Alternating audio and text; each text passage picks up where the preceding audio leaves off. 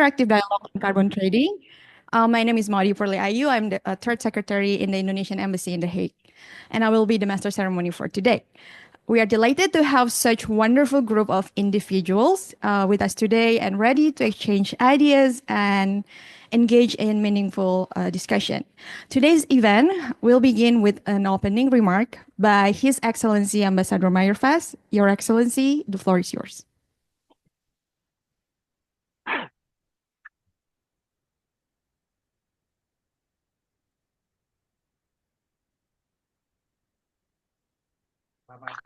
Good morning. Good morning. Indonesia House Amsterdam, the House Promotion. This is a place for Indonesian promotion on culture and economy. As long as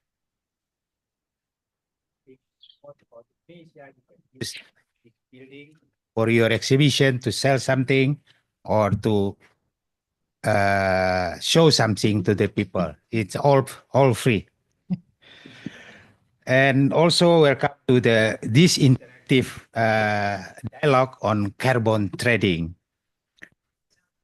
I would like to extend my highest appreciation to our keynote speaker, His Excellency Mahendra Siregar, the Chairman of the Board Commissioner, Indonesia Financial Service Authority, we call it OJK, and our distinguished speaker, Pak Edwin, Miss Naomi, Keuning, Pak Ardhi, and for their willingness to address today's crucial and timely topic, trading, carbon trading.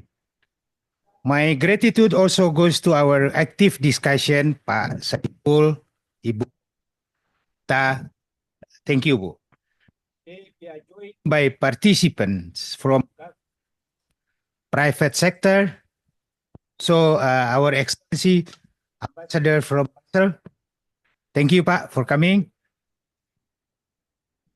Private sector, NGOs, and academia, both online, offline, across the Netherlands, Europe, Indonesia. We sincerely thank you for taking the time to join us this morning. It was in October last year that we first discussed within our team at the embassy holding this dialogue on carbon trading.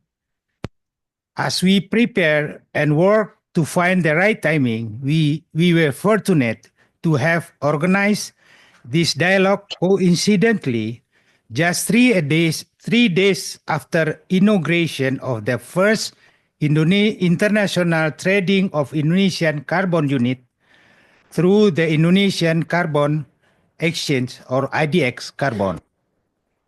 Congratulations, of course, to OJK, IDX Carbon, Ministry of Environment, and all those involved in this remarkable milestone in Indonesia. May this journey lead us toward more sustainable future. Ladies and gentlemen, participants, arranging this dialogue is threefold. First, to enhance cooperation with a broader range of relevant stakeholders. Second, to explore opportunities in this important field. And third, to ensure that all participants, whether attending in person or virtually, gain valuable knowledge about carbon trading. In conclusion, I encourage all of you to engage in meaningful discussion, share insight, and exchange perspective in this topic. Let this event serve as a bridge for us to facilitate and to foster greater cooperation among us. Lastly, I would like to express my special thanks to our distinguished speaker, Pak Edwin Hartanto from IDX, Ms. Naomi Keuning from the Dutch,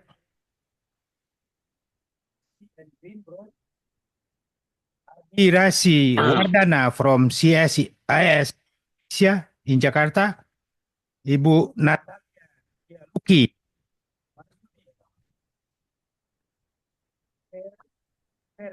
most distinguished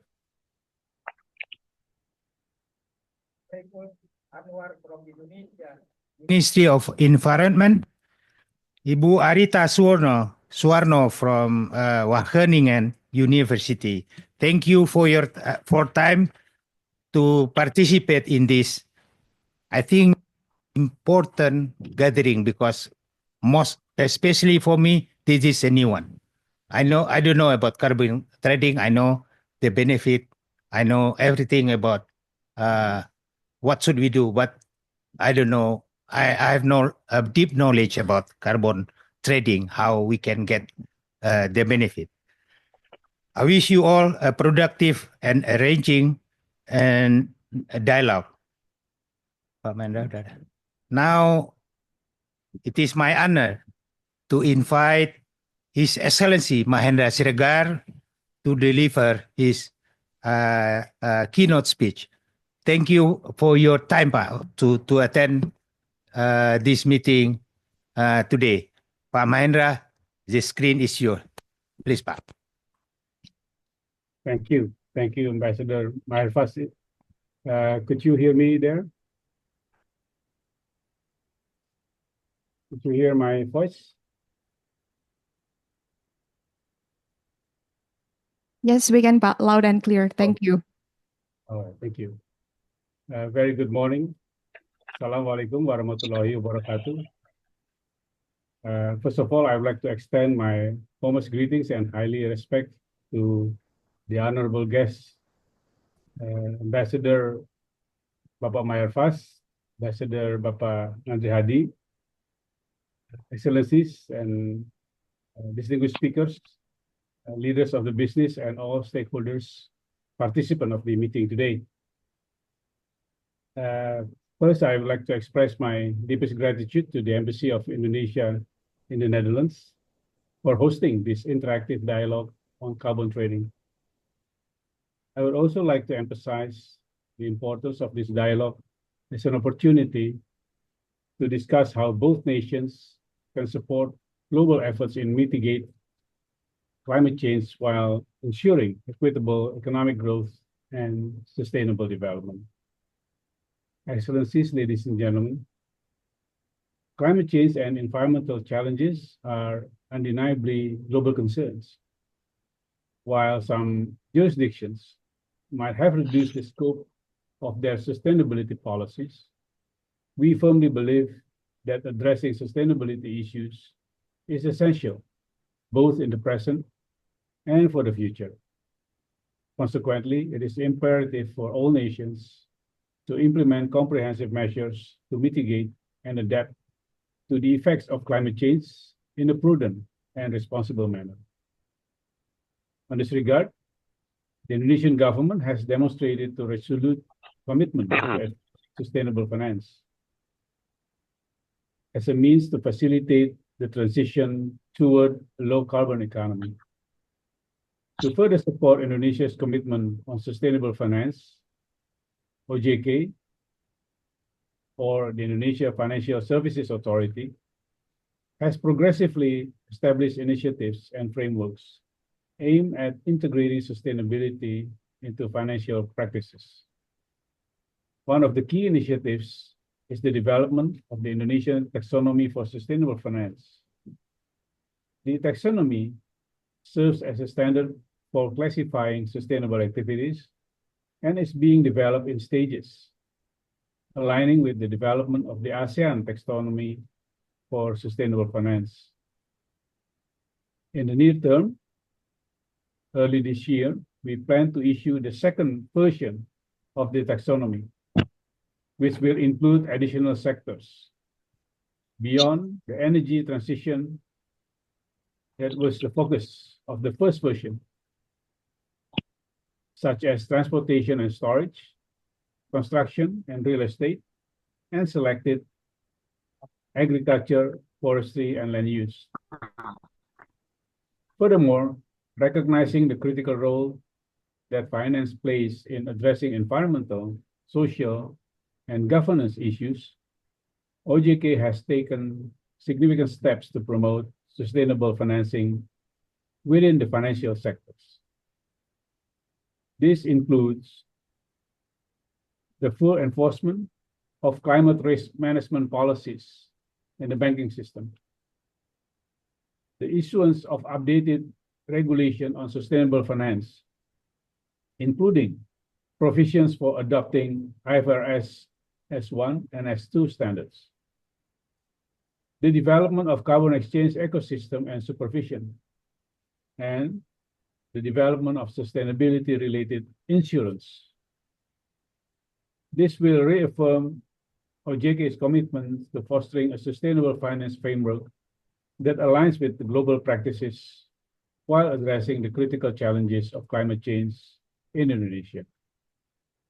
Excellencies, ladies and gentlemen, looking ahead to the main agenda of this dialogue, OJK remains committed to fostering a robust ecosystem for sustainable finance and establishing a reliable carbon trading system, both of which are essential for achieving the nation's net zero emission objectives. As the regulator of financial services sector, OJK remains committed to synergize, collaborate, and coordinate with various ministries, related agencies, and of course, financial services, business, and real sector and industries.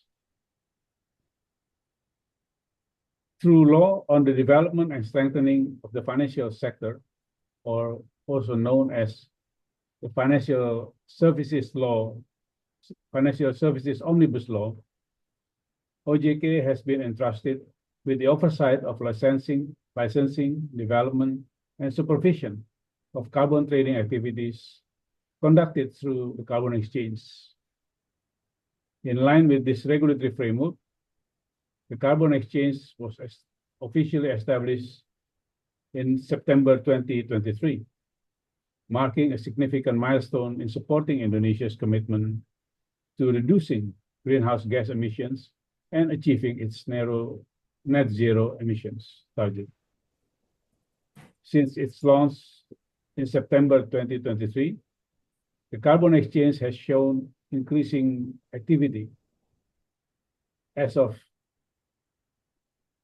January 22, 2025, 6 projects have been registered.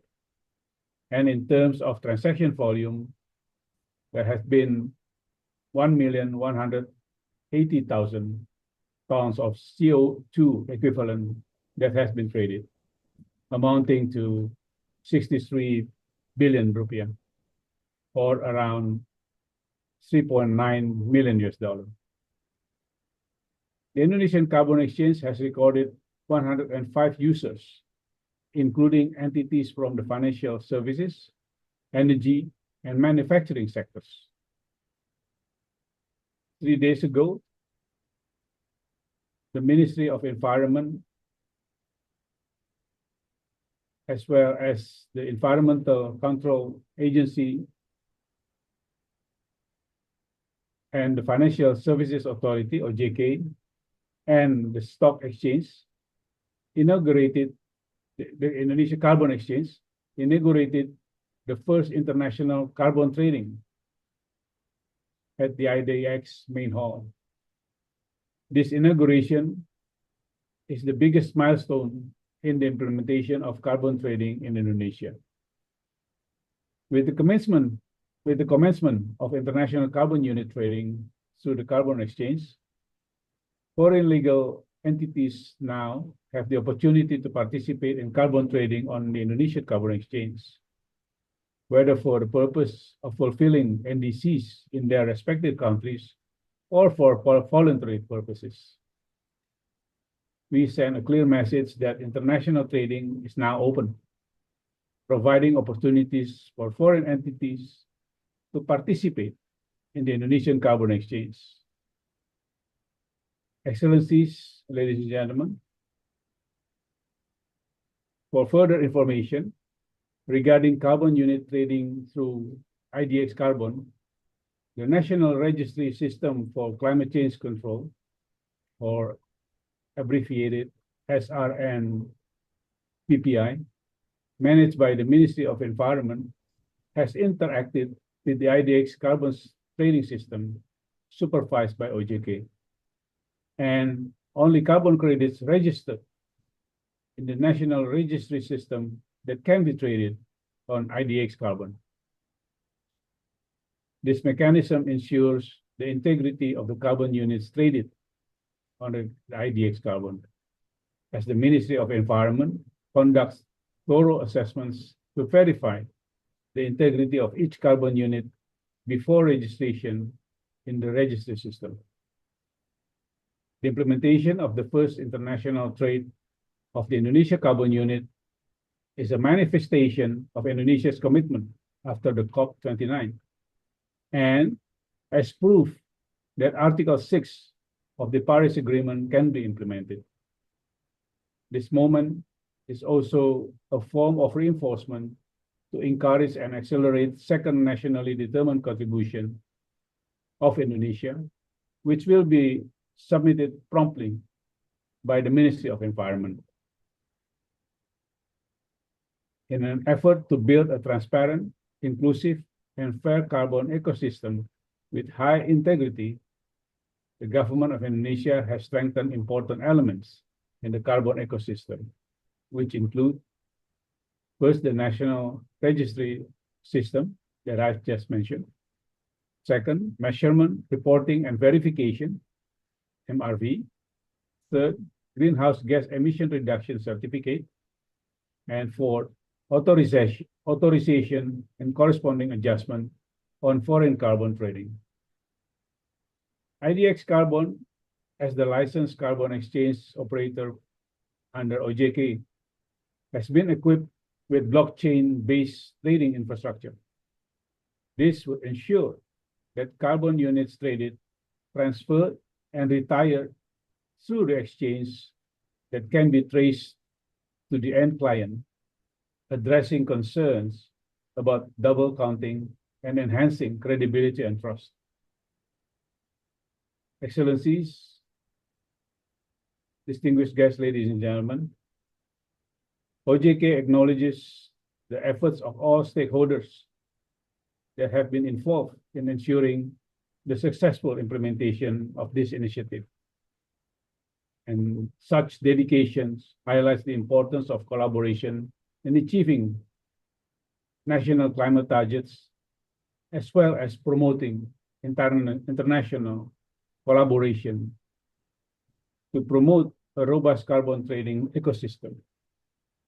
And finally, I hope this forum serves as a platform for stakeholders to engage in discussion and foster a comprehensive understanding of the implementation of carbon trading. I wish you all productive discussions. Thank you. Thank you, Your Excellency, Pak Mahendra Siregar. Thank you for your time. Let me take a moment to express our deepest gratitude once again to our keynote speaker, Excellency Mahendra Siregar. Thank you for making the time despite your busy schedule, Pak. And ladies and gentlemen, to set the stage for our interactive dialogue, may I now kindly invite our moderator, Pak Royhan Wahab, the coordinator for economic affairs in the Indonesian Embassy in The Hague. And I can invite our speaker, who is joining us in person, Naomi Keuning from the Dutch Ministry of Climate Policy and Green Growth. Please to take a seat in front.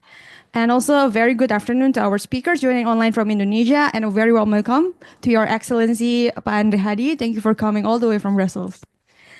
Ladies and gentlemen, please join me in welcoming them with a warm round of applause. Without further ado, Pak Roy, the floor is yours.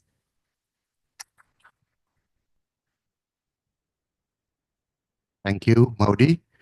Good morning again from Amsterdam, and good afternoon for those following from Indonesia. As just mentioned by the ambassador, Ambassador Mayerfas in his remarks, Carbon trading has an important role, not only for the economic development of many countries, including Indonesia, but also crucially important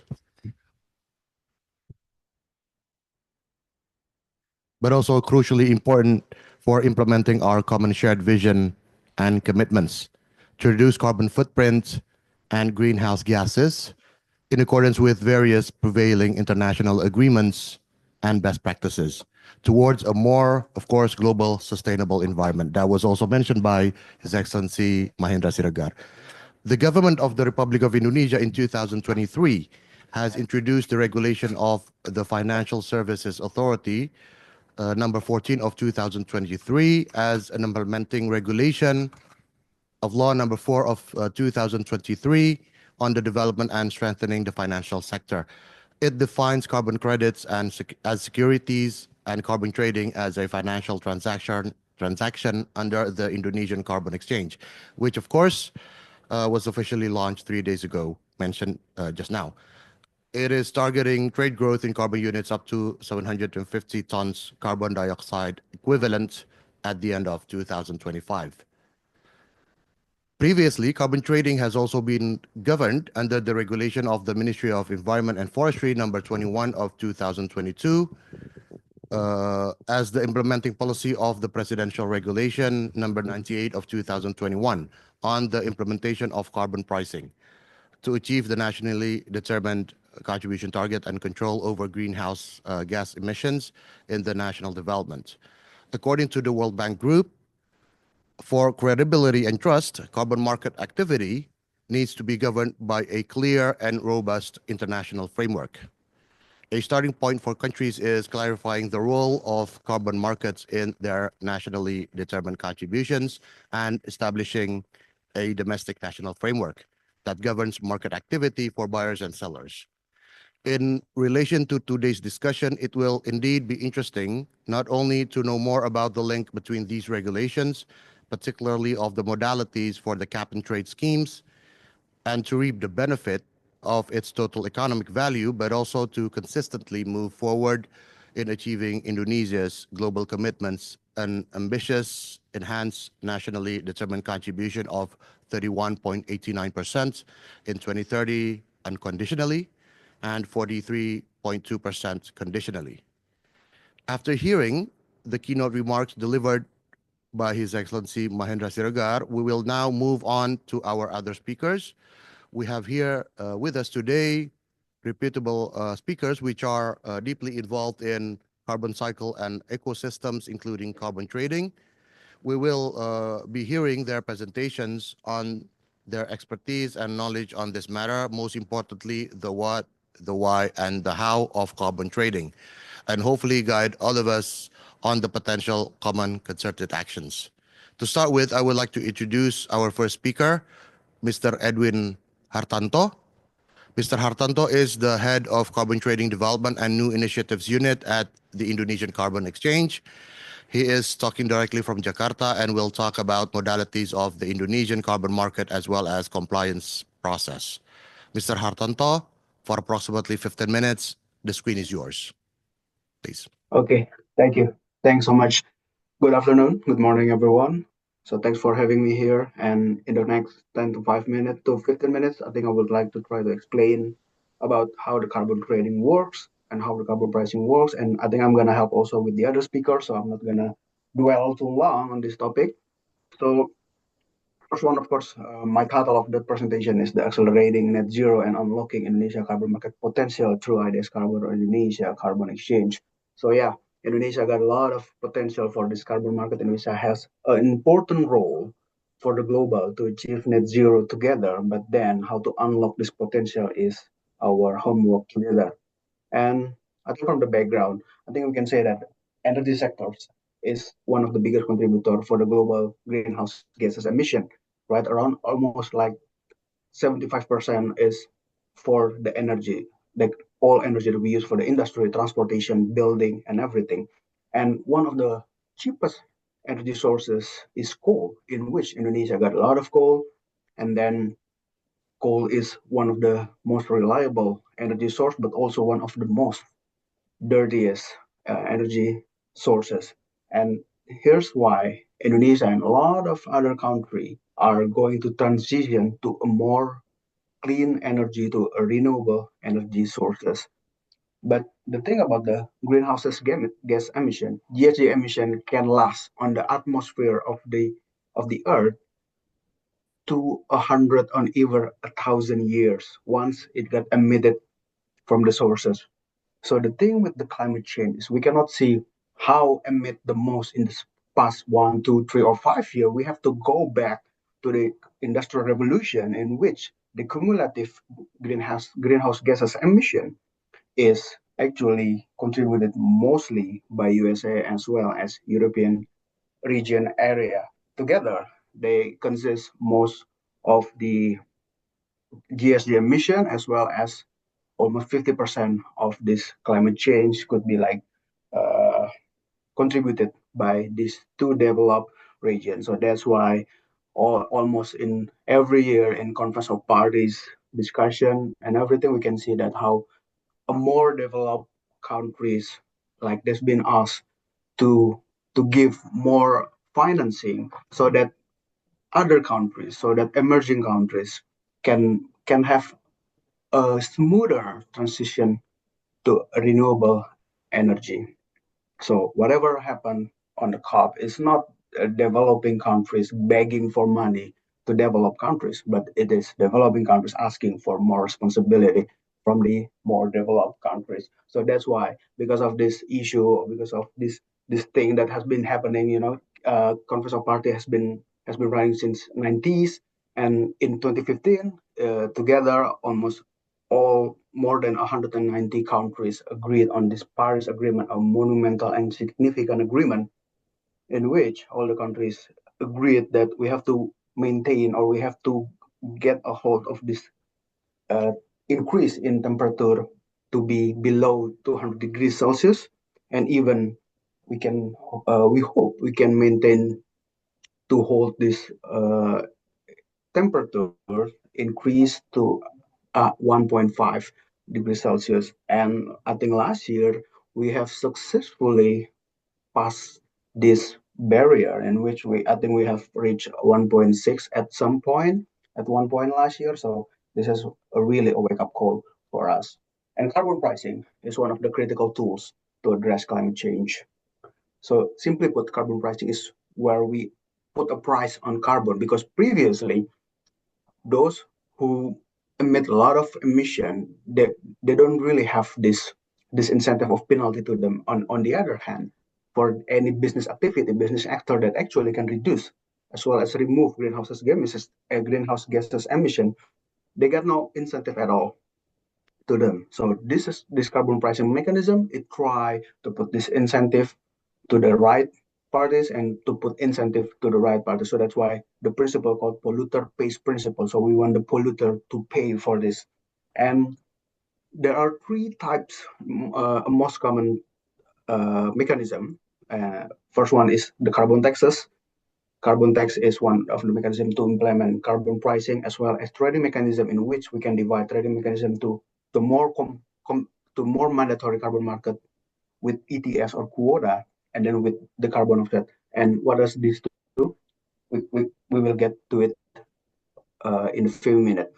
So since Indonesia ratified the Paris Agreement in 2016, now we have set our own NDC, nationally determined contribution, in which us as a country, we have our own target to reduce emission. And at least in 2030, we have this target of 31.89% to 43.20%.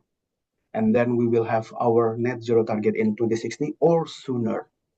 So hopefully we can reach sooner. And for the national focal point to achieve this KPI, this target, is the Ministry of Environment. Then the Ministry of Environment cascade the target and KPI to the other sectors. For example, is to the energy sectors. The energy sector is led by Ministry of Energy and Mineral Resources. And Ministry of Energy then will create a roadmap on how energy sectors can reduce their own emission, and the other sectors as well. And then in 2021, the President's Regulation number 98 issued, in which it said about the carbon economic value or carbon pricing, and the mechanism consists of mitigation, adaptation, as well as carbon pricing. And carbon pricing consists of carbon trading, or RBP also, result-based payment, and carbon tax and other mechanism. Then from the regulation, we got the regulation of Ministry of Environment and Forestry, number 21 in 2022, about the carbon economic value or the carbon pricing. And the regulation says that the form of market mechanism can be taken in the form of allowance trading or the credit tradings. And these are the two kind of trading that consist that build the carbon market or the carbon trading. First one on the left side, we see that it's called emission trading system. EU got one also, UK got one also. It's more on the compliance carbon market. It's more mandatory. In Indonesia, we call it PTBAPU, Persetujuan Teknis Batas Atas Emisi Pelaku Usaha. We do love abbreviation, so it's long. And it is a cap and trade mechanism in which the ministry, the technical ministry, maybe for example Ministry of Energy, and later we will have Ministry of Industrial, they will regulate the biggest emitter in their sectors, so that each year they will have quota. So it's not a permission to emit, but it is a quota that will cap the emission that previously has not been capped at all. So now, after you cap them, you will monitor their performance within a year, and in the early of next year, they have to report. Do they stay within their limit, within their cap, or they get like some deficit on their cap? If they got deficit, then they have to buy from one who got surplus. That's the carbon trade of ETS. And in Indonesia, if the company got deficit and they cannot find some surplus to be bought, then it can be subject to carbon tax. And carbon tax itself supposedly implemented in 2022, but got postponed until now. And on the right side, we see a carbon credit. This is the more on the voluntary side, and this is not really regulated, but uh, any participant, any business actor can create a green project, and then it can be issued the carbon credit, and then the carbon credit can be sold to other companies who, maybe due to regulation or due to the good intention, they want to offset their carbon emission. That's why it's called carbon offset credit or carbon credits. In Indonesia, we call it SPE, or Sertifikat Pengurangan Emisi, or Certified Emission Reduction. And this SPE is the product of Indonesia carbon credit. So how it works? Well, an activity, a business actor, they will run a green project. Before then, the carbon credit can be issued. It needs to be verified, of course, and then after that, the carbon credit can be sold.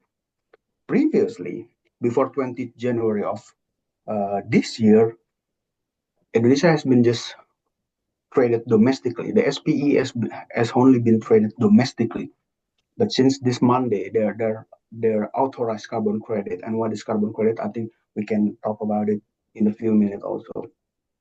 Specifically about carbon offset credit, there are two general kind of carbon credit. First one is removal, in which it really removes the emission from the atmosphere. And the second one is the carbon reduction, in which it prevents what usually be emit now will be kept to be not to be reduced compared to business as usual. So, for example, if renewable power plant in Indonesia can prevent us to use maybe a coal power plant, that's kind of carbon credit.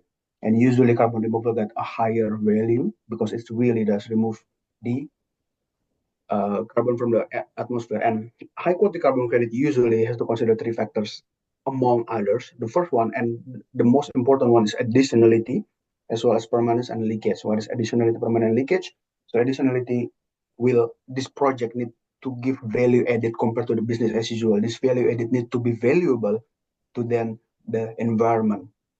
Permanence means that the carbon should be stored more permanence, preferably to be 100 or even 1,000 years. And a carbon project supposedly prevent a leakage. And maybe because I think after this, there's also my other colleague will speak about it more. So I will give it to her later. And due to the based on the law number 4 of 2023 on financial sector in development and reinforcement, or UP2SK, we call it in Indonesia, carbon unit defined as securities. So it's not commodities, it's securities.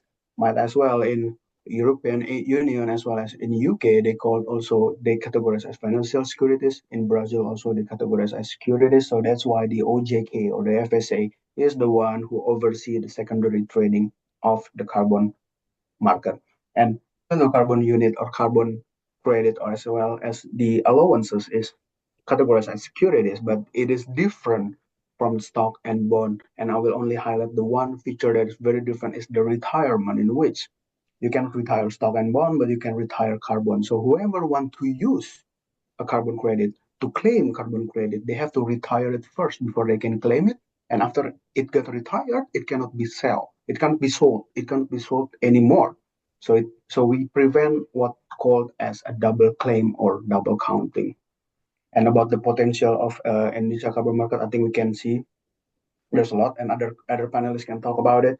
So this is the resume of the ADS carbon since the inception of September 2023 to 21st of January 2025. We have traded 1.1 million of ton carbon credit. This is actually a small number compared to the potential that Indonesia have, but we will get to that later. So the mechanism is pretty easy. The primary market, in which the creation of the carbon credit or the allowances is on the Ministry of Environment, on the SRN, System Register Nasional or National Register System. All the carbon project within Indonesia territory, they need to be registered to SRN first. And then after that issue, then it can be traded on the IDS carbon. And this is the Indonesia carbon market design. We see that the first one is sectoral trading for compliant purpose. So we're talking about the mandatory carbon market. We're talking about the allowance. Allowance within in Indonesia regulation, they cannot be traded cross-sectoral. For example, the energy sector cannot trade the carbon allowance with the industrial sectors, for example. And then below we got this cross-sectoral trading. This is applied to carbon credit. This is applied to SPE of Indonesia, in which SPE can be traded freely between sectors in Indonesia. And now the latest one, we got the red one. It is called the authorized carbon credit. This carbon credit is the one who can be sold both domestically and internationally. And this is the 4 available trading mechanism on IDS carbon. We got auction, regular trading, negotiated, and marketplace. In summary, we are accommodating the best practices of both compliance carbon market or allowance carbon market and the carbon credit or the voluntary carbon market. So we try to blend them. So that's why we have 4 mechanisms on this. And this is our regulation. The settlement is T+0 instantaneous settlement and everything. This is a very technical term. I don't think this is very interesting, but we built the system on a blockchain, on private blockchain, so that we have this instantaneous settlement as well as to minimize the risk of double claim or the integrity. So how you can make a carbon credit? So if you want to make a carbon credit, like I said, the primary market is on the Ministry of Environment, on the SRN, on the system. So this is the steps by step that you have to produce what we call it DRAM, Dokumen Rancangan Aksi Mitigasi, or Document of Mitigation Action Plan. This is basically a PDD, Project Design Document. So after that, it got validated by a validator. Only few, right now, maybe about 7 bodies that can do this validation. We call it LVV, Lembaga Validasi and Verifikasi, or VVB, a validation and verification body. And then this DRAM, then after DRAM has been validated, then the project owner should create LCAM or Laporan Capaian Aksi Mitigasi, basically a continuation of this PDD. And then this LCAM report needs to be verified also with the bodies. And after that, it can be submitted to Ministry of Environment. Before then, Ministry of Environment will issue the SPE or the carbon credit. And after that, it can be transferred to the IDS carbon. And this is just a comparison of the SRN carbon credit price compared with the Vera carbon credit price, in which maybe some of you are already familiar with Vera and gold standard, and we can see that the price is not that different on the level. And just this Monday, the first international trading of IDS carbon has been launched by the Minister of Environment himself. And for the first time, Indonesia government authorized the carbon credit. So what is authorized carbon credit? Authorized Indonesian carbon credit means Indonesia will relinquish, we will letting go, we will waive the NDC claim from the carbon credit. And authorized carbon credit are free to be traded domestically and internationally. And this is the example of the authorized projects by Indonesia government. There are 5. We can talk about it more if you want. And there are 3 alternatives to participating in this international carbon trading. First, foreign entity might register themselves as our user and doing transaction by themselves, or if the foreign entity maybe own a subsidiary or legal entity in Indonesia, then they can also register as a user and do the transaction on behalf of them. And they can also buy and retire via an intermediary who is already registered as IDS carbon user. And this is the connection between IDS carbon and SRN. On the right side, you can see the SRN system on SRN website. It's open, it's public, you can see by yourself.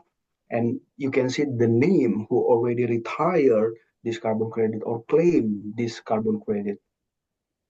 And this is important because now this is a form of transparency shown by the government. And this is, for example, the retirement activity. About from the 1 million-ish that's been traded, about 400,000 already been retired, and then it's retired under about 900 retirement beneficiary consists of individuals, companies, as well as event. So I think I'm going to skip this one. And actually, if you want to join the IDX user, as long as you are a legal entity, you can do it. The requirement is very, very easy. And this is the step. Maybe if you want, you can, I can give you the material later. And the important part is there are various benefits if you want to join. Like now we are giving the free registration fee until September of this year. There's no listing fee at all. There's no membership fee, no annual fee, no dormant fee. Basically like a very, very minimum fee because we want to push this market as far as possible in this beginning. And I know this my time is very limited, so if you want, you can learn also in our other learning material from our website idscarbon.co.id as well as from our YouTube channel on idx_BEI.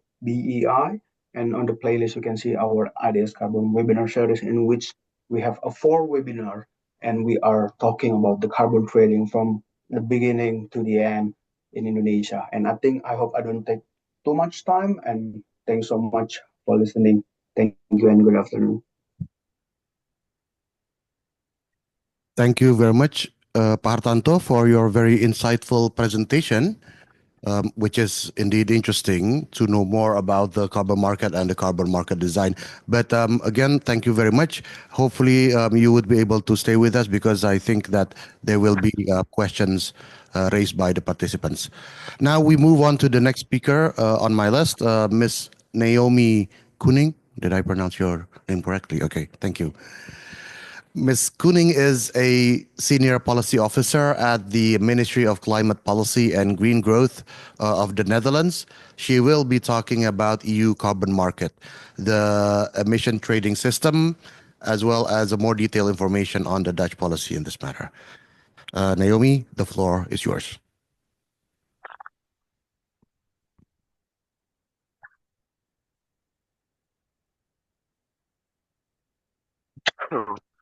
Hi, thank you, first of all, for the invitation to speak here today about the EU ETS.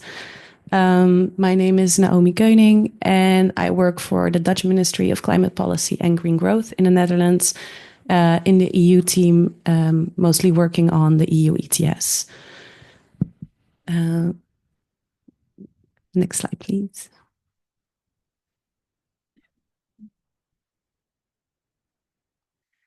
So, yeah. Thank you. So first of all, a brief introduction on how the EU ETS works. So within the EU ETS, there is a maximum of allowances available that equals the total permitted emissions in the EU, and this is also called the cap. and it is forbidden for installations within the EU ETS to emit CO2 without submitting allowances. And this ensures that the cap is maintained. The allowances are distributed to companies by free allocation or through auctioning. The majority is distributed through auctioning at the moment. And after the initial distributions, allowances can be traded between companies.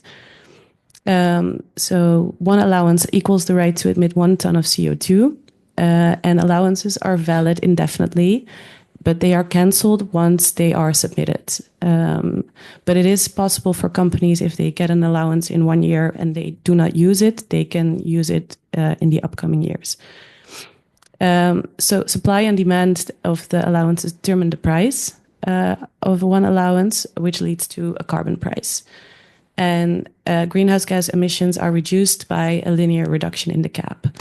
And in the graph on the right, you can see the price of ETS allowances and how it developed over the years. So the EU ETS started in 2005 for installations in the industry and electricity sectors. And it also covers the aviation sector since 2012. So initially the price was not very high, as you can see, which was partly due to the financial crisis, which led to a surplus in emission or in allowances. But since a revision of the ETS directive in 2018, the price has increased, which was due to some strengthening in the directive and some higher climate emissions. Next slide, please.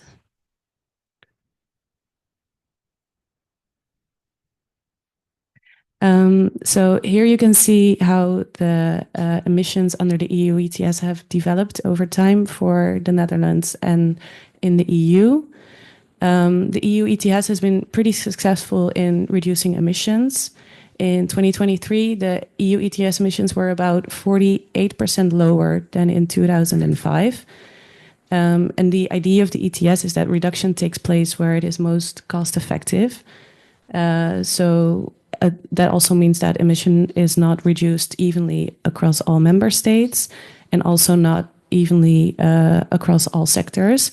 So as you can see also in the graph, in the electricity sector, emissions have reduced more compared to the industrial sector, both in the Netherlands and in the EU. Next slide, please. As I mentioned before, part of the allowances distributed to companies are going through free allocation, and this free allocation is based on benchmarks, and these are set on the level of top 10 performers in terms of CO2 efficiency per product or per sector. And this means that the top 10% does not have to buy allowances, and they can even profit from ETS by selling allowances. And in the figure, you can see an example of that with producer A on the complete right. And the remaining 90% of companies, they will have to buy allowances for the part that is above their benchmark. And this provides a marginal incentive for investments to be rewarded despite the free allocation. Next slide, please. So the Green Deal has caused some changes in the EU climate law, and that also led to the Fit for 55 policy package, which led to also a change in the EU ETS directive. So ETS 1, which is for the industry and electricity sector and aviation, now has a higher ambition for 2030. So there should be a 62% reduction compared to 2005, while initially it was 43% reduction. Also, the allocation of free allowances is amended, which means a faster decline of free allocation for sectors that are included in the CBAMs, that are included in CBAM. And also there is a faster decline in benchmarks in general.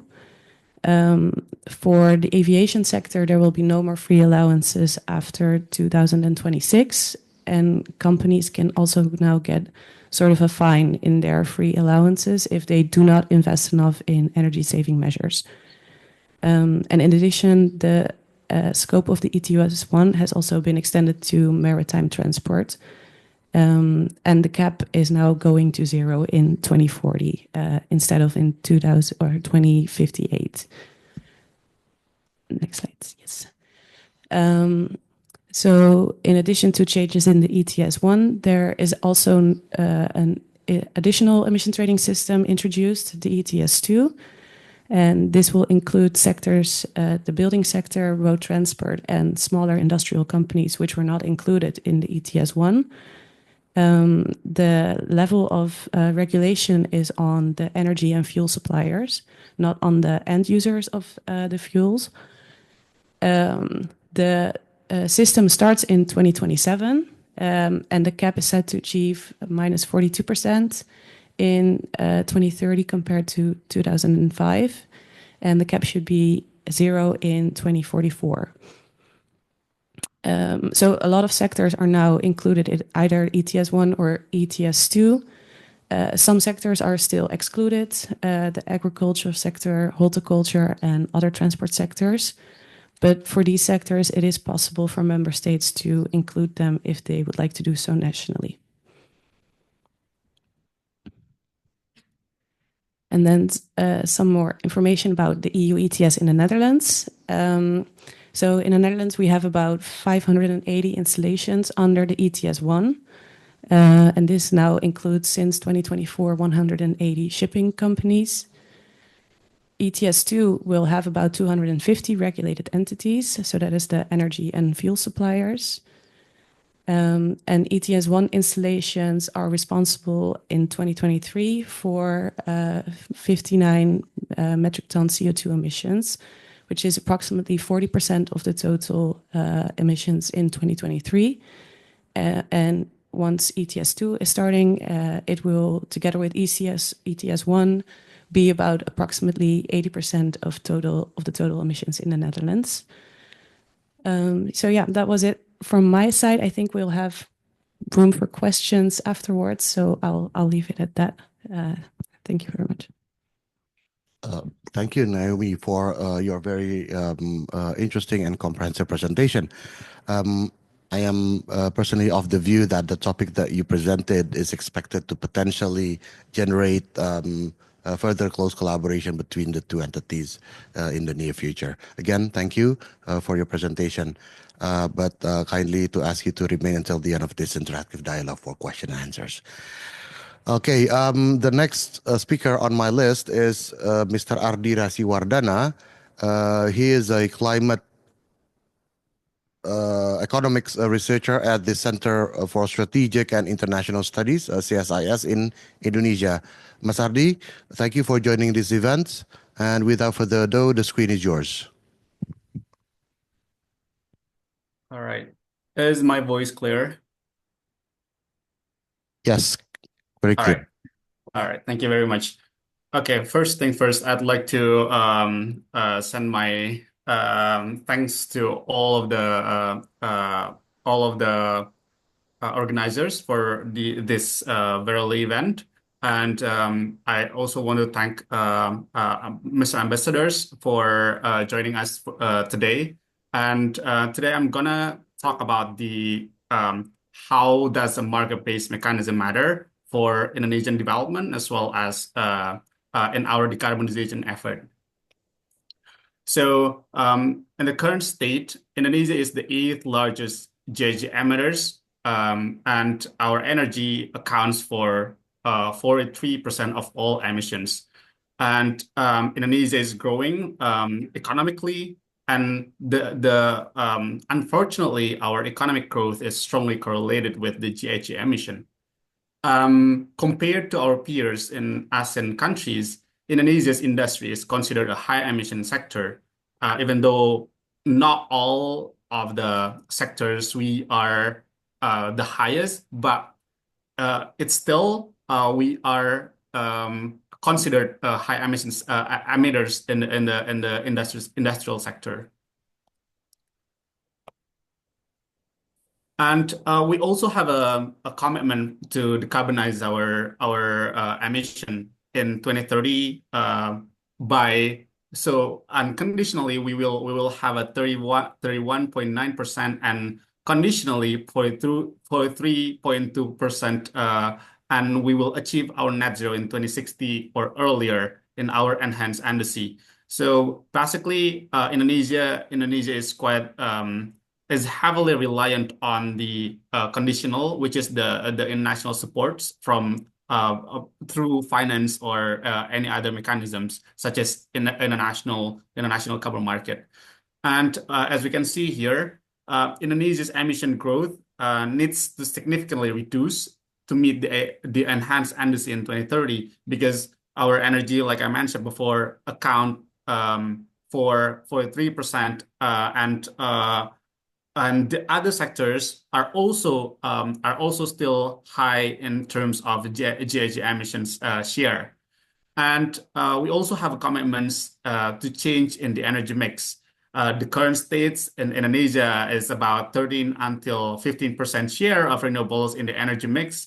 And compared to the average of ASEAN countries, it's where they have a 33.6%. Indonesia is considered quite low. And we target to have 23% renewables by this year. How unfortunately we wouldn't be able to meet the targets. So we kind of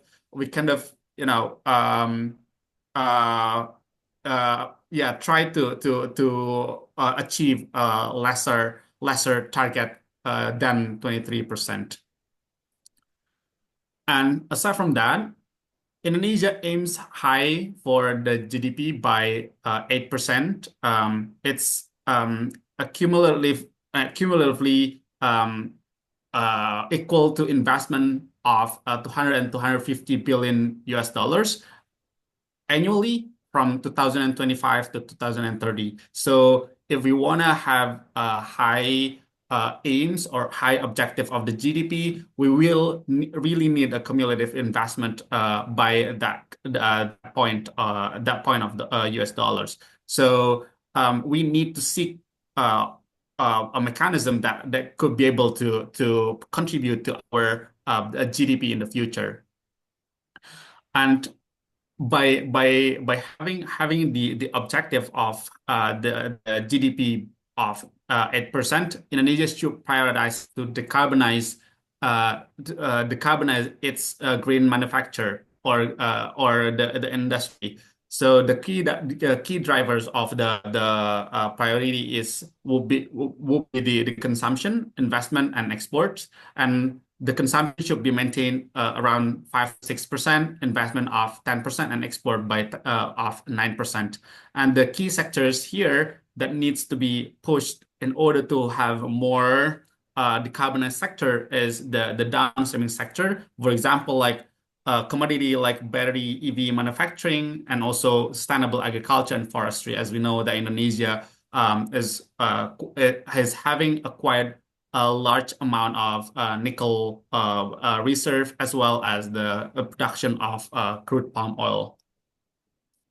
And this is also our current condition, and that the Indonesian environmental goods is not really as competitive as ASEAN peers because of low incentive. So if we want to push our environmental goods, we need more incentive.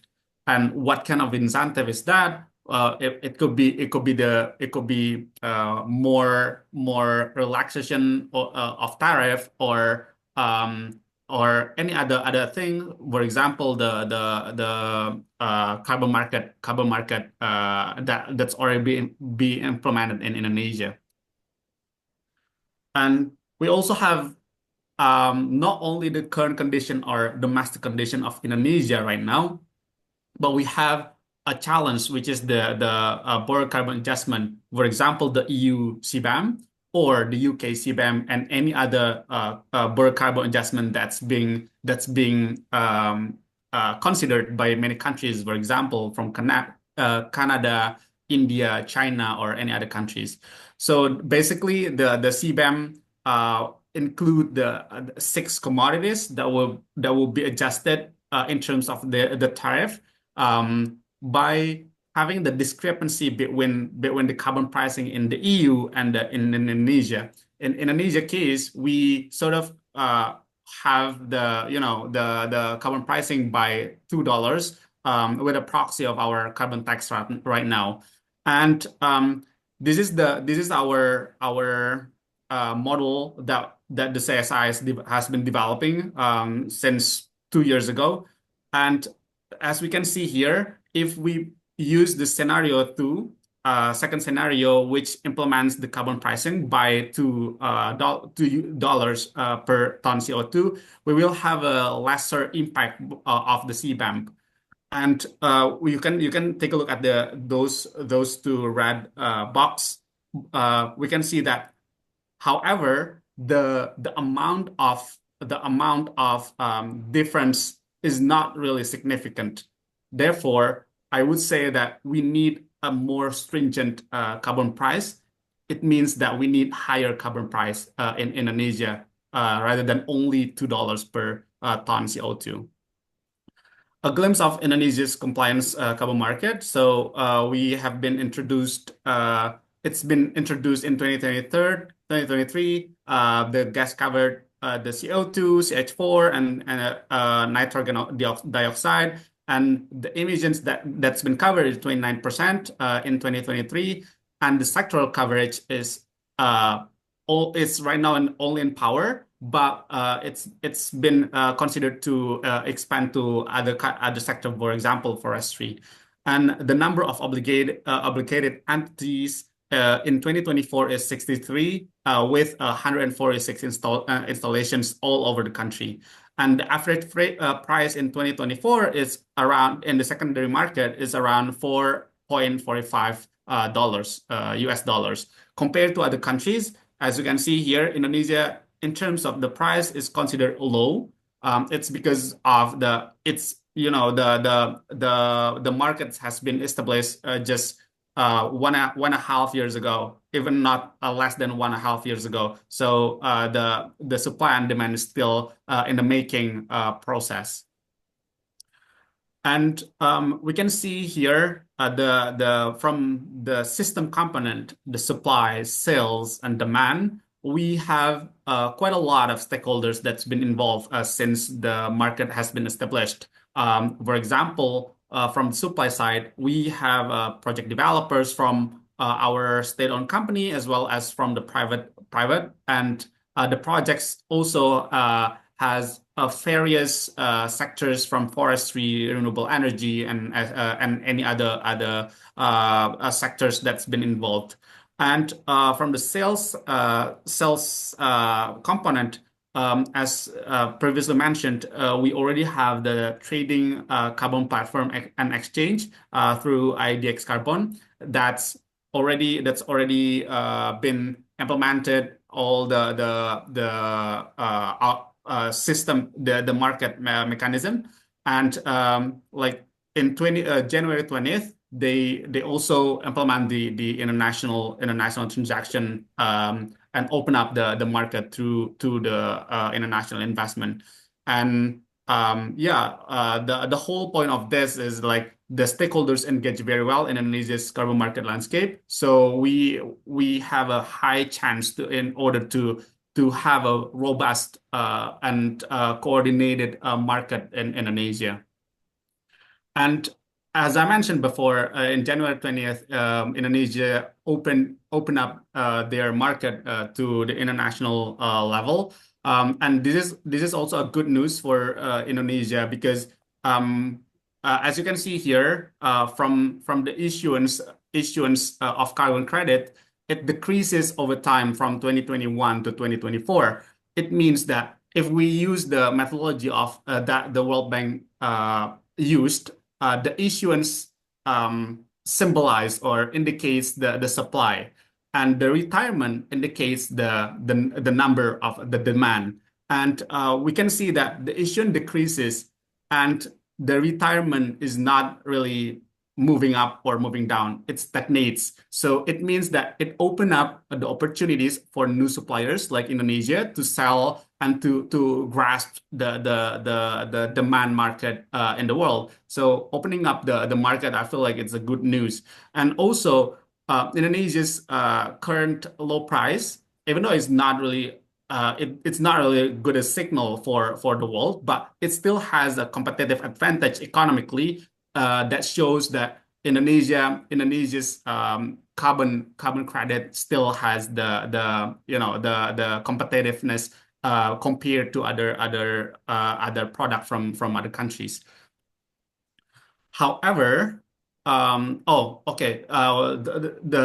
other thing is also at COP29, countries agreed to operationalize the international mechanism by establishing a supervisory body and a global registry under the Article 6.4. Up until now, even Indonesia hasn't used the opportunity to use the Article 6.2, which is the internationally traded mitigation outcomes, which we can trade our carbon credit bilaterally with other countries. But Article 6.2 requires a very high standard alongside the high price that they provide. So I feel like Indonesia still has opportunity to follow the Article 6.2 as well as Article 6.4, which the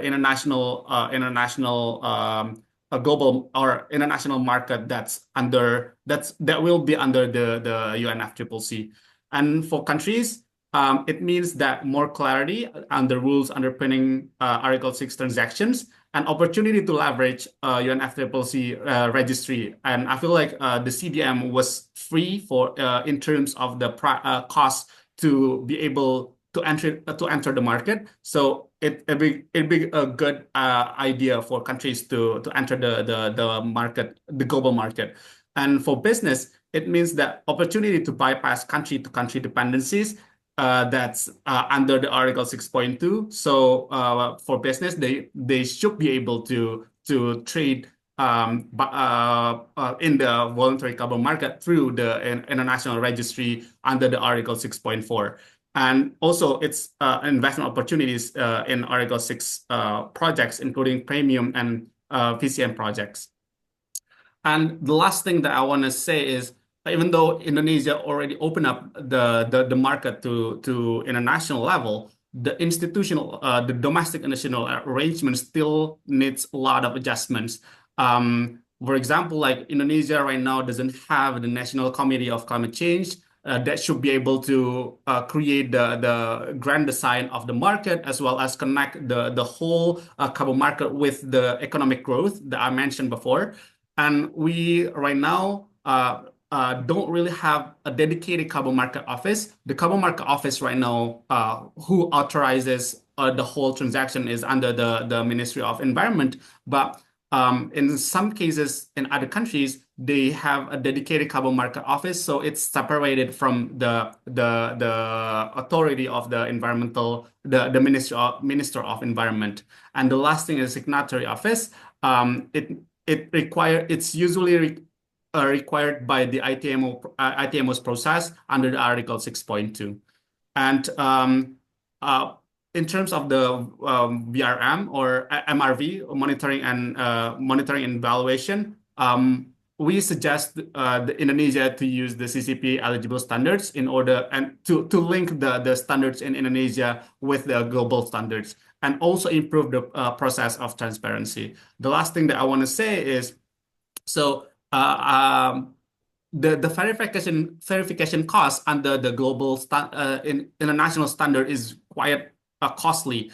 Therefore, we need a sort of mechanisms to subsidize for verification for several projects that couldn't be able to meet the viability if they don't really have a support from the government. And also there is also a mechanism to aggregate the carbon credit projects. So the government also needs to create the mechanism. How can a small projects like energy, renewable energy in remote area, for example, to aggregate this project with other projects in one verification process to reduce the cost of verification. I feel like that's all what I'm going to say. Thank you very much again for the attention and invitation. Thank you so much, Mas Ardhi, for sharing your views and opinions on the current Indonesian carbon market, as well as the standardization and compliance process of the market itself. Again, thank you, and please bear with us because we will be entering into the questions and answer sessions after the last speaker. So the next speaker will be Miss Natalia Rialucky Marsudi. She is the CEO and founder of Fair Atmos. She will be talking about the Indonesian international carbon market and its position at the global stage. Mbak Ria, the screen is yours. Thank you very much. Thank you very much for His Excellencies for inviting me here. It's been an honor. My name is Ria. I am the CEO and founder of Fair Atmos. We are Indonesia's largest climate technology company, trying to build high quality, high integrity, nature-based solutions projects for the world. So if Mr. Edwin and Ms. Naomi have already mentioned a little bit about the demand, I am going to talk about the supply of Project Carbon, as how the previous speaker, Mrs. Ardhi, also already mentioned that Indonesia has a big potential as a carbon project supplier of the world. And one of the sector that I will be focusing on, which is the forestry sector. Southeast Asia only has 1% of the world's total area, but actually it possesses more than 30% of potential global carbon offset supply by 2030. And this is also being led by Indonesia as having the potential of over 200 million tons of carbon offsets from the nature-based solutions alone, withstanding our potential in the forest in order to be able to capture and reduce the emission from globally as well. If you go to the next slide. However, developing a project in carbon project in forestry is quite difficult. You can see across the Southeast Asia, especially on the forestry, there is still very few fully certified, internationally recognized carbon project that is from the nature-based solutions. The question is, how can we create a high quality project that really gives the impact to the environment, that gives the impact that, when you plant, a tree, it really survives. It has the long-term additionality and permanence in terms of taking out the emission from the globe. But also, if we are protecting under threat regions or under threat areas, it also really gives not only the climate impact, but also the community impact that it beholds. Because Southeast Asia still have a lot of agriculture and forestry-based economy. So if we need to repurpose the land towards conservation and greenhouse gases reduction, how can we also benefit the community from switching their incomes as well? So that is where Fair Atmos come in. If you go to the next slide, Vanessa, Fair Atmos tries to debottleneck the pain points across the development of carbon projects in forestry sector within the discovery period, development period, and delivery period using technology. So one of our first innovation is enabling more than 360 asset owners who previously have more extractive or productive license for forest use across Southeast Asia to really understand whether they are eligible to create a carbon project in order to substitute their income towards a more conservation as well as reforestation activity. So our first technology is Atmos Check. We leverage a lot of remote sensing technology with the capability to understand the potential of carbon projects using both international and national standards, because Indonesia also have national standards. That is on the Atmos Check that we have grown over 9 countries already. We also have other services that I can share you along the way, but the intention is for us to really get more people who previously only do extractive activity in the forestry to become more carbon credit generating and more conservation activity. If you can go to the next slide, Vanessa.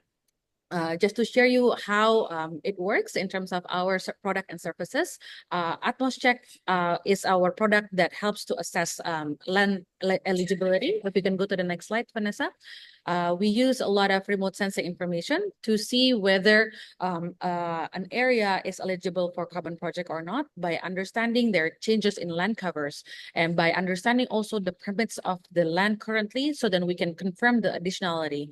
What it means is we don't want to support projects that is already protecting an area at the first place. For example, it's already a moratorium or it's already a government license program. So we want to see that, you know, there is additional carbon that is being sequestered through a project.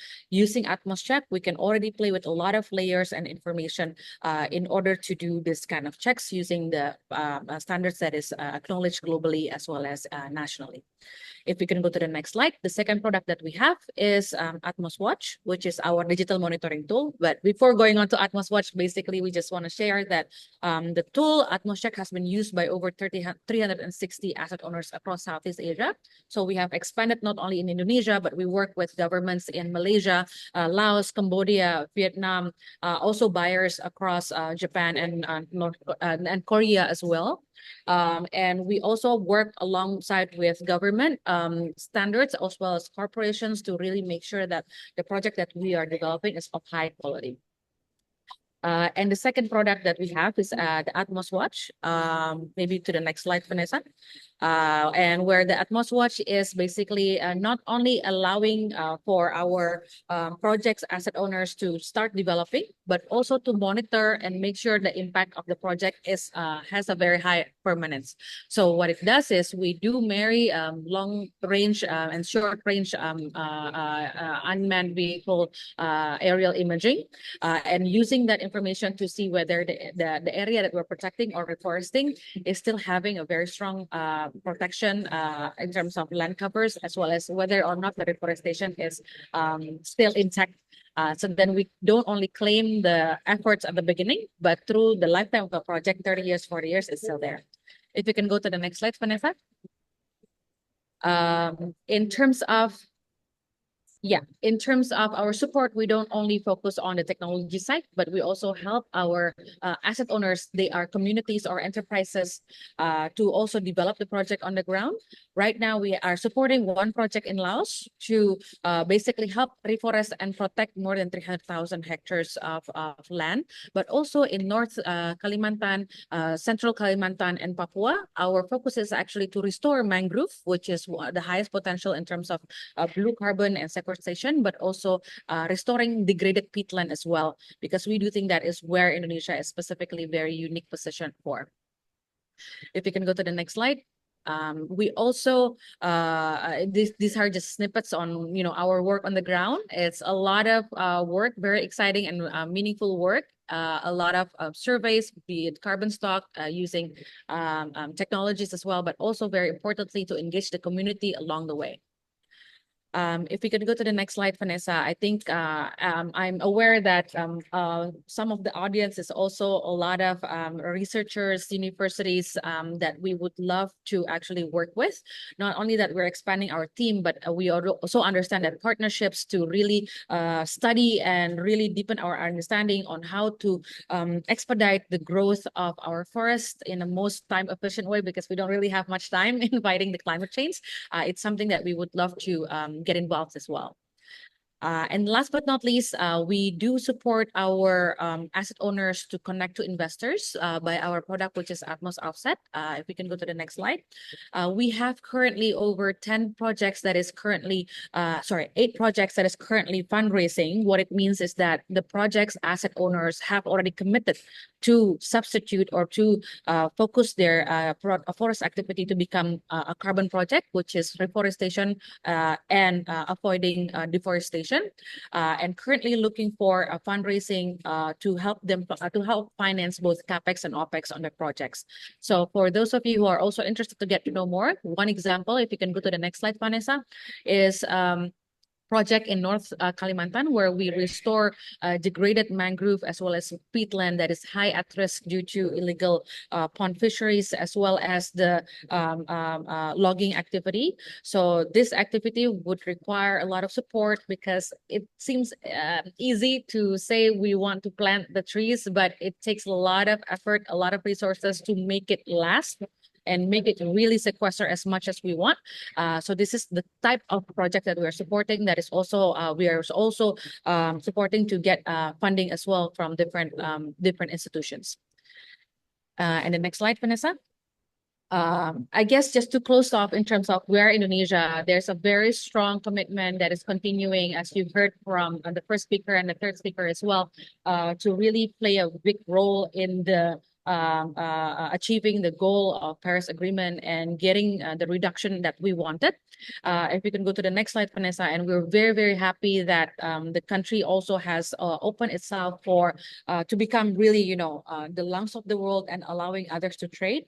But to remember that offset, it's still the last effort to do climate change mitigation. So I think standards have already mentioned that it should be maximum 10 to 20 to 30% of the effort of really reducing carbon in our atmosphere should go to offset.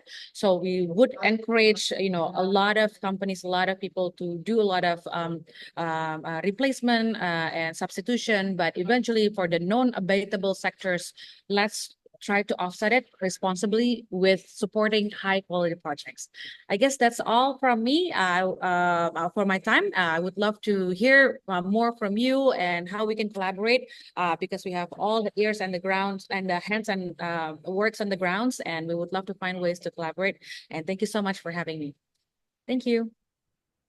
Thank you so much, Mbak Ria, for your excellent presentation. It is interesting to learn more about the projects by Fair Atmos, especially the services provided in this regard. But again, thank you, and kindly remain with us, because we will be entering into the questions and answer sessions. So, ladies and gentlemen, we have listened to all four distinguished speakers. We will be soon entering into the questions and answer sessions. However, before we enter the Q&A, we also have active discussants. We have two active discussants, one from Indonesia and one from Wageningen in the Netherlands. So let me invite first from Indonesia, the Ministry of Environment of the Republic of Indonesia, Dr. Saiful Anwar. So, Saiful, thank you very much for joining us. I hope that you heard all of the presentations that were delivered previously, and we would like to hear more from your side, your comments, especially on the policy of the Indonesian carbon market, the past, the present, and the future. Pa Saiful, the screen is yours. Well, yes, thank you, Chair, Pa Rio. Good morning, good afternoon, Excellency Ambassador, distinguished participants, colleagues, and friends. I'm delighted to be here and honored to have this opportunity. Is my voice clear enough, Chair? Yes, Pa, very, very clear. Right, thank you. So, first, thank you for all insightful presentation on carbon trading. It provides a comprehensive overview of how the rules and system operate. So the establishment of carbon markets and carbon trading in Indonesia is an important step towards achieving the country emission reduction targets. So as outlined in the NDCs, however, it is important to ensure that this market align with sustainability principles and do not compromise environmental integrity. So I tried to develop a brief comment. So the presentation on carbon market by IDX Carbon, Indonesia's Carbon Stock Exchange, highlights an important mechanism to achieve emission reductions. So in line with Indonesia's climate commitment. So carbon markets offer a promising avenue to finance sustainable development and encourage green investment. And the explanation on how the system works, particularly the European ETS, cap and trade mechanism, is really very enlightening. The approach seems to effectively balance environmental objectives with economic consideration. Yes. Which is really essential to encourage compliance and innovation.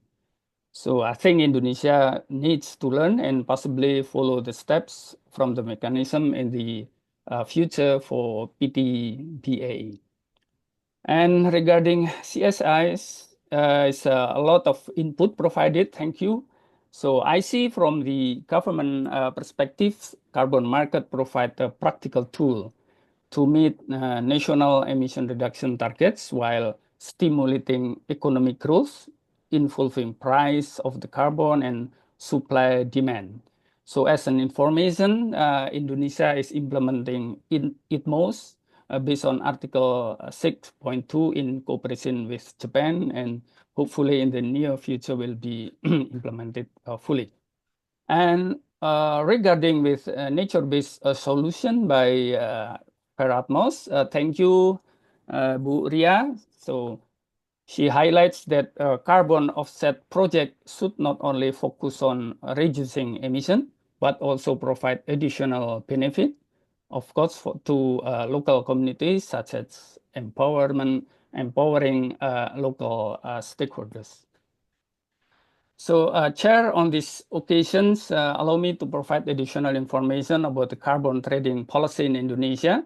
So, Indonesia's journey in carbon trading began with its commitment under the Kyoto Protocol in early 2000s. So, as Indonesia has leveraged mechanism like the CDM, Clean Development Mechanism. So, despite these initiatives, carbon trading remain fragmented and lack a strong regulatory framework. So under the Paris Agreement, Indonesia has recently made significant progress in institutionalizing carbon trading. In 2021, the government issued Presidential Regulation number 98, as mentioned before, just a day before COP26 in Glasgow, UK, so which provides a framework for carbon pricing, including carbon taxes, carbon trading, and results-based payments. So this regulation is in line with Indonesia's target to reduce greenhouse gas emission under the first Indonesia NDCs.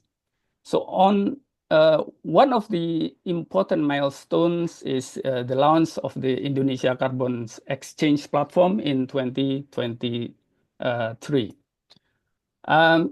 Going forward, Indonesia's second NDC, which will soon be submitted, is expected to reflect higher ambitions, so that Indonesia also intends to expand carbon trading to international markets through a mechanism based on Article 6 of Paris Agreement, which create opportunities to collaboration while, of course, ensuring a robust MRV.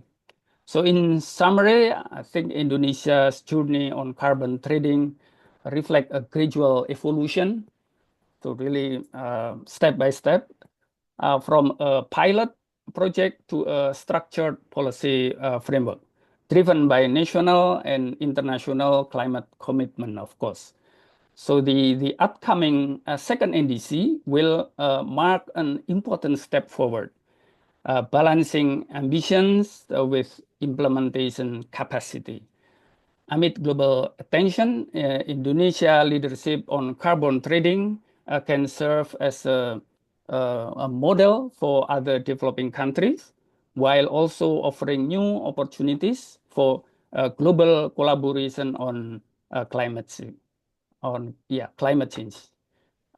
Yes, I think that's from me. I thank you and return back to chairs. Thank you.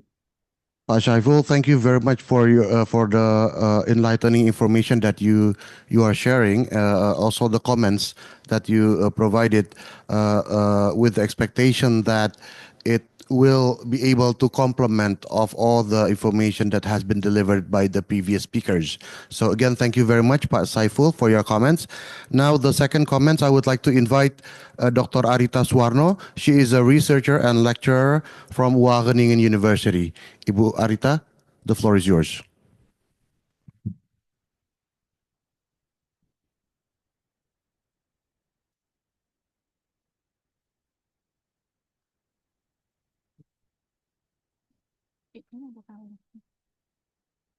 Thank you very much, Pak Roy. Yeah, so I'm really happy to be here to hear all of the presentation. I think most of the important aspect related to carbon trading already highlighted by most of the speakers. So the first speakers who talking about the IDX carbon already highlight about the process, about the regulation, and how sectors can enter the IDX itself. So my understanding here is that this stock is, the project that already established the offset or established the footprint credits, it's still from the energy sector. And we're looking forward to see how this can capture also the carbon from Avolu, because as explained by other speakers, the potential carbon from forestry and other land use is also quite high for Indonesia, which is this is also mentioned by the last speakers from Fairmos.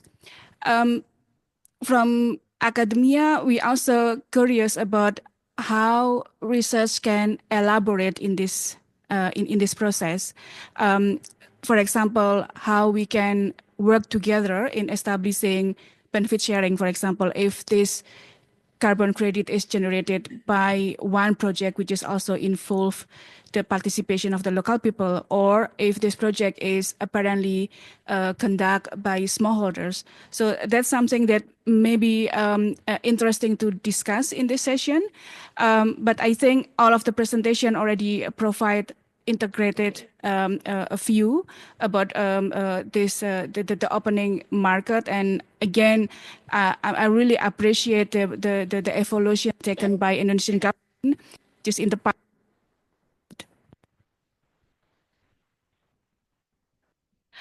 Only talking about the potential, but it's not very clear even we can do this trading. But now by opening real trading, which is the trading can be done internationally, it can also be done at level, and cognition about what kind of standards that we can aim, and also how we can with international standards. So for example, if the buyers, they require FERA standards, for example, then what we want to see is what kind of agreement can be made by government of Indonesia and other international standards. So yeah, so for us, that's something that we really appreciate, and we're looking forward to discuss during this discussion.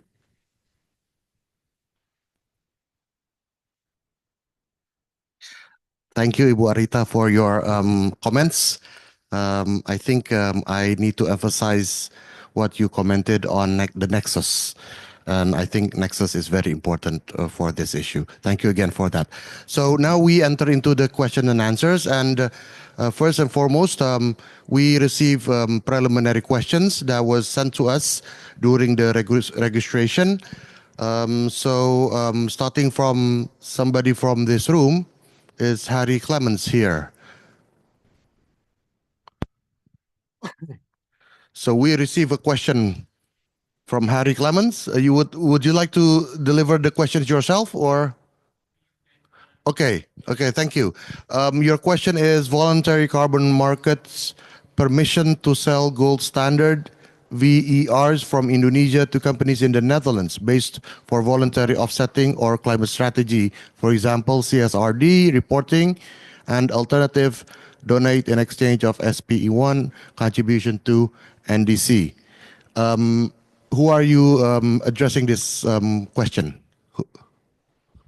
Who are you addressing to? So maybe the first presenter, Mr. Edwin Hartanto. Yes. Okay, Pak Edwin, are you still with us? Yeah, sure. Okay, can you answer the question? Thank you very much, Pak Edwin. Okay, thanks so much. Thanks for the question, Harry. I think I'm gonna try to answer this, and I think if someone want to add, especially Bu Ria, I think she got also something to add on this part. So yeah, question about the voluntary carbon market to sell gold standard or Vera from Indonesia to cooperation land based for voluntary offsetting or climate strategy and alternative donated in exchange of pay contribution to Indonesia. Okay, so right now, I believe based on the current regulation, and maybe Pak Saiful also can clarify that Indonesia doesn't adopt a purely voluntary carbon market in which all the carbon project needs to be registered on the SRN first, and Indonesia will automatically claim the NDC first. Before then, with calculation and some formula used by the Minister of Environment, some of this credit then will be authorized, and then Indonesia will not claim the NDCs anymore, and then the authorized carbon credit then can be sold to the international or the foreign trade. So in conjunction with the gold standard or Vera, well, currently I believe the Minister of Environment is under a discussion to pursue a mutual recognition between SRN and gold standard, for example, with of course the aim to be maybe somewhere in the future to be CORSIA eligible as well as CCP eligible, just like what previously mentioned. So I think it's possible for Indonesia Carbon Project to be sold internationally. For now, it's under SRN registry, under SRN methodology, but maybe later with mutual recognition, this can be done also as well. But I think I have to maybe pass to Buria as well as Pak Saiful if they want to add something on this. Thank you. Thank you, Pak Edwin. Mbak Ria, do you want to add something on top of what Pak Edwin has already mentioned? Yeah, no, I think overall it's similar like what I did mention. Maybe just to share, and I'm also taking the head of the head of decarbonization committee in the Indonesian Chamber of Commerce. I do think the government, I think like what Shaiful has already mentioned, has already done MRA, mutual recognitions agreement for the G2G with the Japan, which is the JCM mechanism that is being signed in the past COP29. And through my latest conversation with also the Minister of Environment, the discussion for the MRA, mutual recognitions for the B2G, which is the other standards like the gold standard, Vera, R3s, is also in the cooks. What we're expecting is for them to discuss what will be the scheme in order for it to happen. But I guess eventually both for the supply side on the Indonesia side is also welcoming for any announcement soon. So I don't know if Shaiful wants to add if there's any sneak peek, Pak.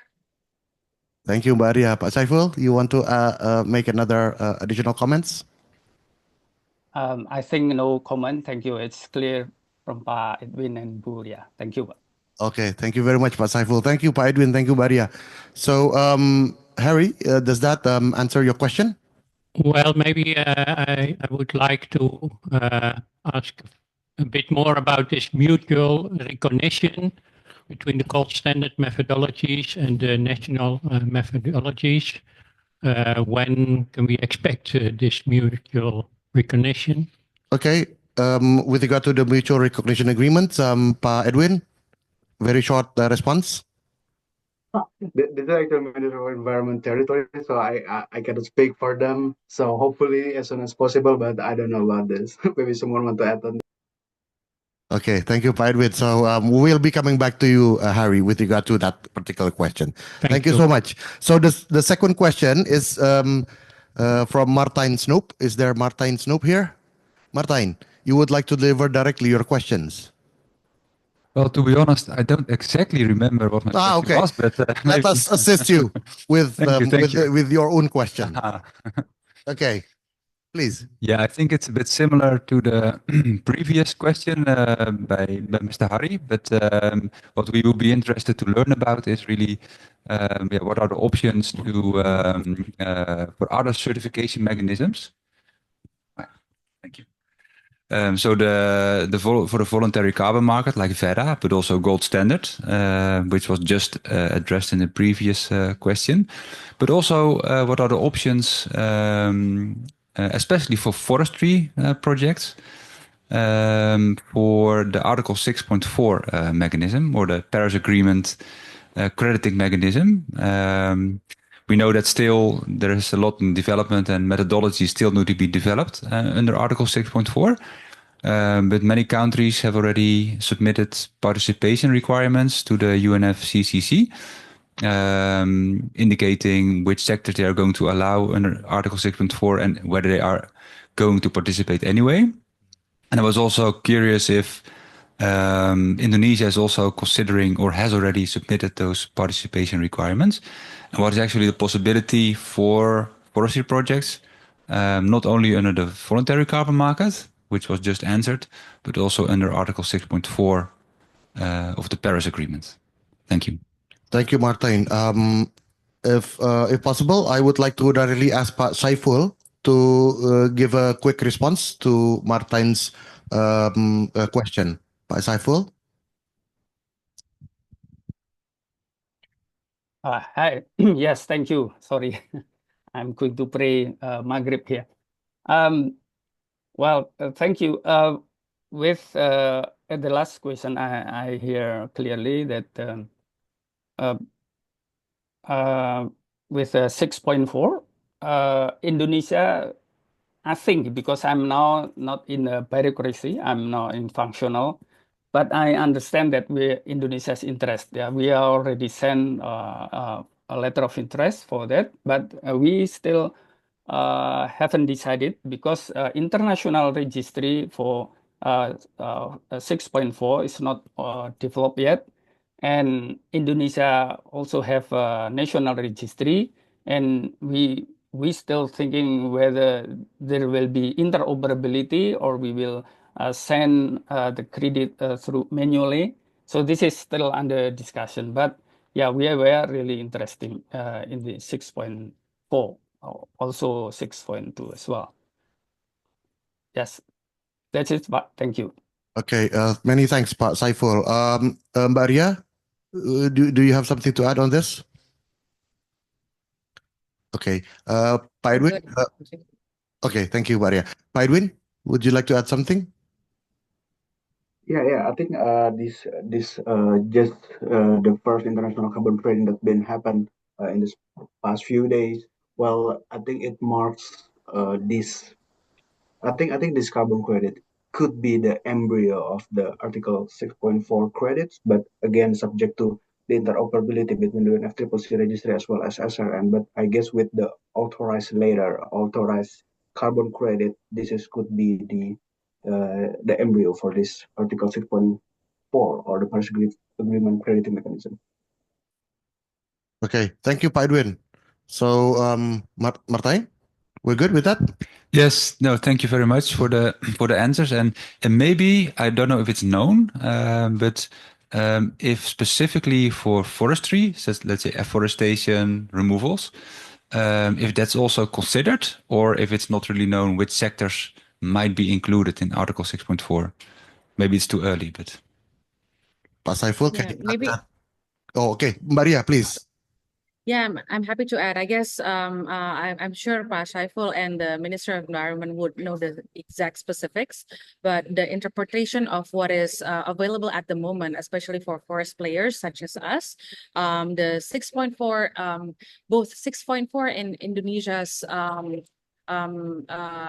presidential decree on carbon markets allow methodology that is approved by UNFCCC. So under the CDM regime, there is already a couple of afforestation methodology, which is the ARM 14 that we typically use for reforestation projects.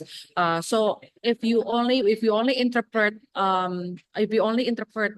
from what we read from the decree, it's technically allowed. So some of our projects that we're developing is using the AR-14 for the reforestation, and so far the positive feedback from the SR team has been quite welcomed. We are also expecting what it means in terms of the specifics, and I think we're also waiting on because the 6.4, I believe that the UN and the governing body is also improving, updating many of the methodologies. But if the umbrella is still the same for the afforestation, maybe there would be, changes in the baseline, changes on the way to calculate. But if the overall arcing parameters is the same, reforestation would already still be considered under the mechanism, Martijn. Thank you, Maria. Maybe we can further discuss about this at a later stage. Yeah, thank you very much, Martijn. So the third question is somebody named Sofian El Kinifri. Is there somebody? No? Okay, so we will skip that question. The next question is Marcelo Pantoya de Sousa. Is Marcelo here?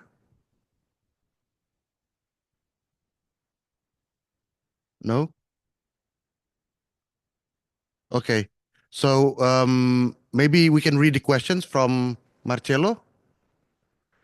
Where can we find the list of companies located in the Netherlands that pollute the most and are obliged to offset through carbon credits?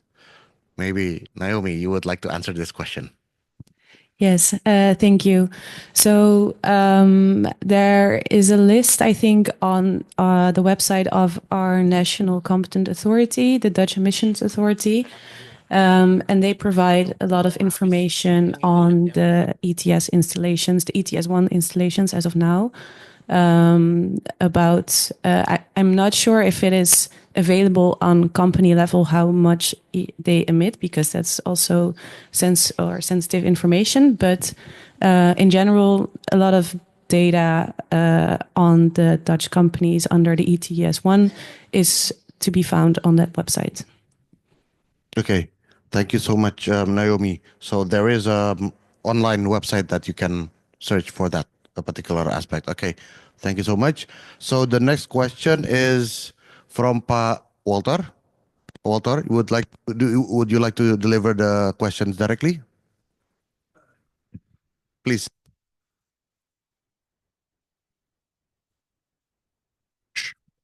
And we work on improvements in palm oil, and one of the big things that can happen is to reduce the methane emission. And I would like to know how that could fit these options. I'm not a carbon credit expert. I'm an agronomist, but I would like to know how this could fit. In the calculations we make, we always need some extra money, and that could come from carbon credits, especially methane emission reduction. Okay, thank you very much, Pa. Maybe Maria, would you like to take on this question? Yes. So thanks, Walter. Correct me if I'm wrong, but my understanding on the methane reduction potential in palm oil is more on the waste of the husk or the waste of the palm oil kernels. If that is, yes. Please continue.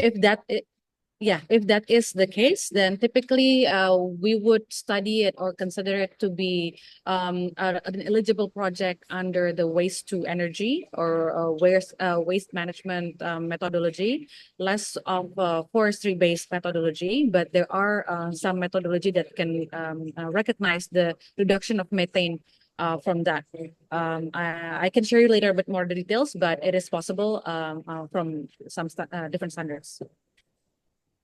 Okay. Does that answer your question, Pa Walter? We'll give her a call. Thank you very much. Okay, we will connect you to Ibu Ria at a later stage. Thank you so much, Maria. The next question is from Zahra Zafira Kahla from the Common Fund for Commodities. Zahra, I saw Zahra just now. Where is she? Okay. Yes. So the question is about the smallholders' compliance on the market, carbon market itself. So we know that due to the lack of size and covering expenses, it's hard for them to comply on this carbon market. So I would like to ask whether how is the procedure and also the support for smallholders, especially in the certifications procedure and also monitoring for them. Okay, I think the most relevant question goes to Mbak Rialucky ya. Yes, I think so. Okay, please, Mbak. Thanks for the question. I think that's actually the crux of Per Atmos. The reason why we set it up is actually to really enable access and reduce the capital required to start a project, especially for smallholders. So number one, a lot of tools that we've developed, such as the Atmos check. Right now, we work with over 50 social forestry in Indonesia. Has areas 10,000 hectares.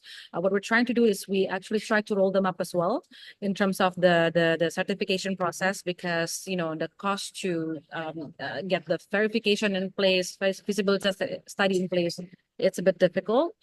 It has not yet it's still in the cooks, I would say, so it still take a bit more time to prove, but the tools, especially Atmos check, has been really helpful in reducing the initial cost to even check whether an area is eligible or not. But also on the MRV side, or the monitoring side, the Atmos watch using both satellite and drones really helps to also reduce manpower to conduct a lot of patrol and on-site surveys. So I think that's where we really want to make a difference. There are different methodologies as well, different standards in the carbon space that allows that has a little bit friendlier parameters for smallholders, and I do think one of them are actually housed from the Netherlands as well. So I do think there are some approaches that is fitting to more smallholders these days. It's just the question is, how can we move the market to buy those type of credits, right? Because right now, as you know, both in the voluntary market, those are the same brands and same standards that you saw people are buying because of the credibility, the time that they've been in the market, right? But for more novel type of credits that that are more technology driven. The MRV, the certification is based on live information or the information from the field officers that upload the pictures when they monitor, right? So where if we can get buyers to support, means that the market trusts those numbers, trust those credibility, then that's where it makes sense. But otherwise, until then, it's a market-based mechanism. So eventually it's the buyers who decide. Thank you, Maria. Edwin, would you like to add something on that? Yeah. Just a little thing though, that because carbon credit as well as maybe allowances, those are intangible assets. Those are intangible things that you can really see or hold or measure. So that's why trust and integrity is like the gold here. So I think that's why the MRV, how we can monitor and verify this, is it has to be robust, right? It needs to be trusted, and sometimes it needs capital. Sometimes you need to spend to do that. So that's why companies like Atmos and any other tech company can help us to reduce this kind of cost, so that more projects can coming in. And another thing is, if we have a small projects, or even from the indigenous people, they can combine with the other area together to make one huge project, so that the cost and everything can be getting lower. But that's just my additional opinion. Thank you. Thank you so much, Pak Edwin. Zahra, does that answer your question? Yes, thank you so much for that. Thank you, Zahra. We also got preliminary questions from people who are joining us online. Is Hesti Lestari Tata still with us online?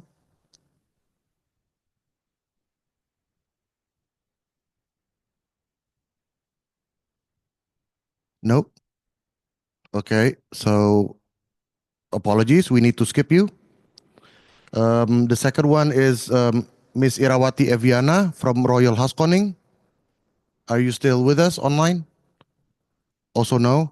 Okay, we will skip. And Pak Salahuddin Akbar. Also no.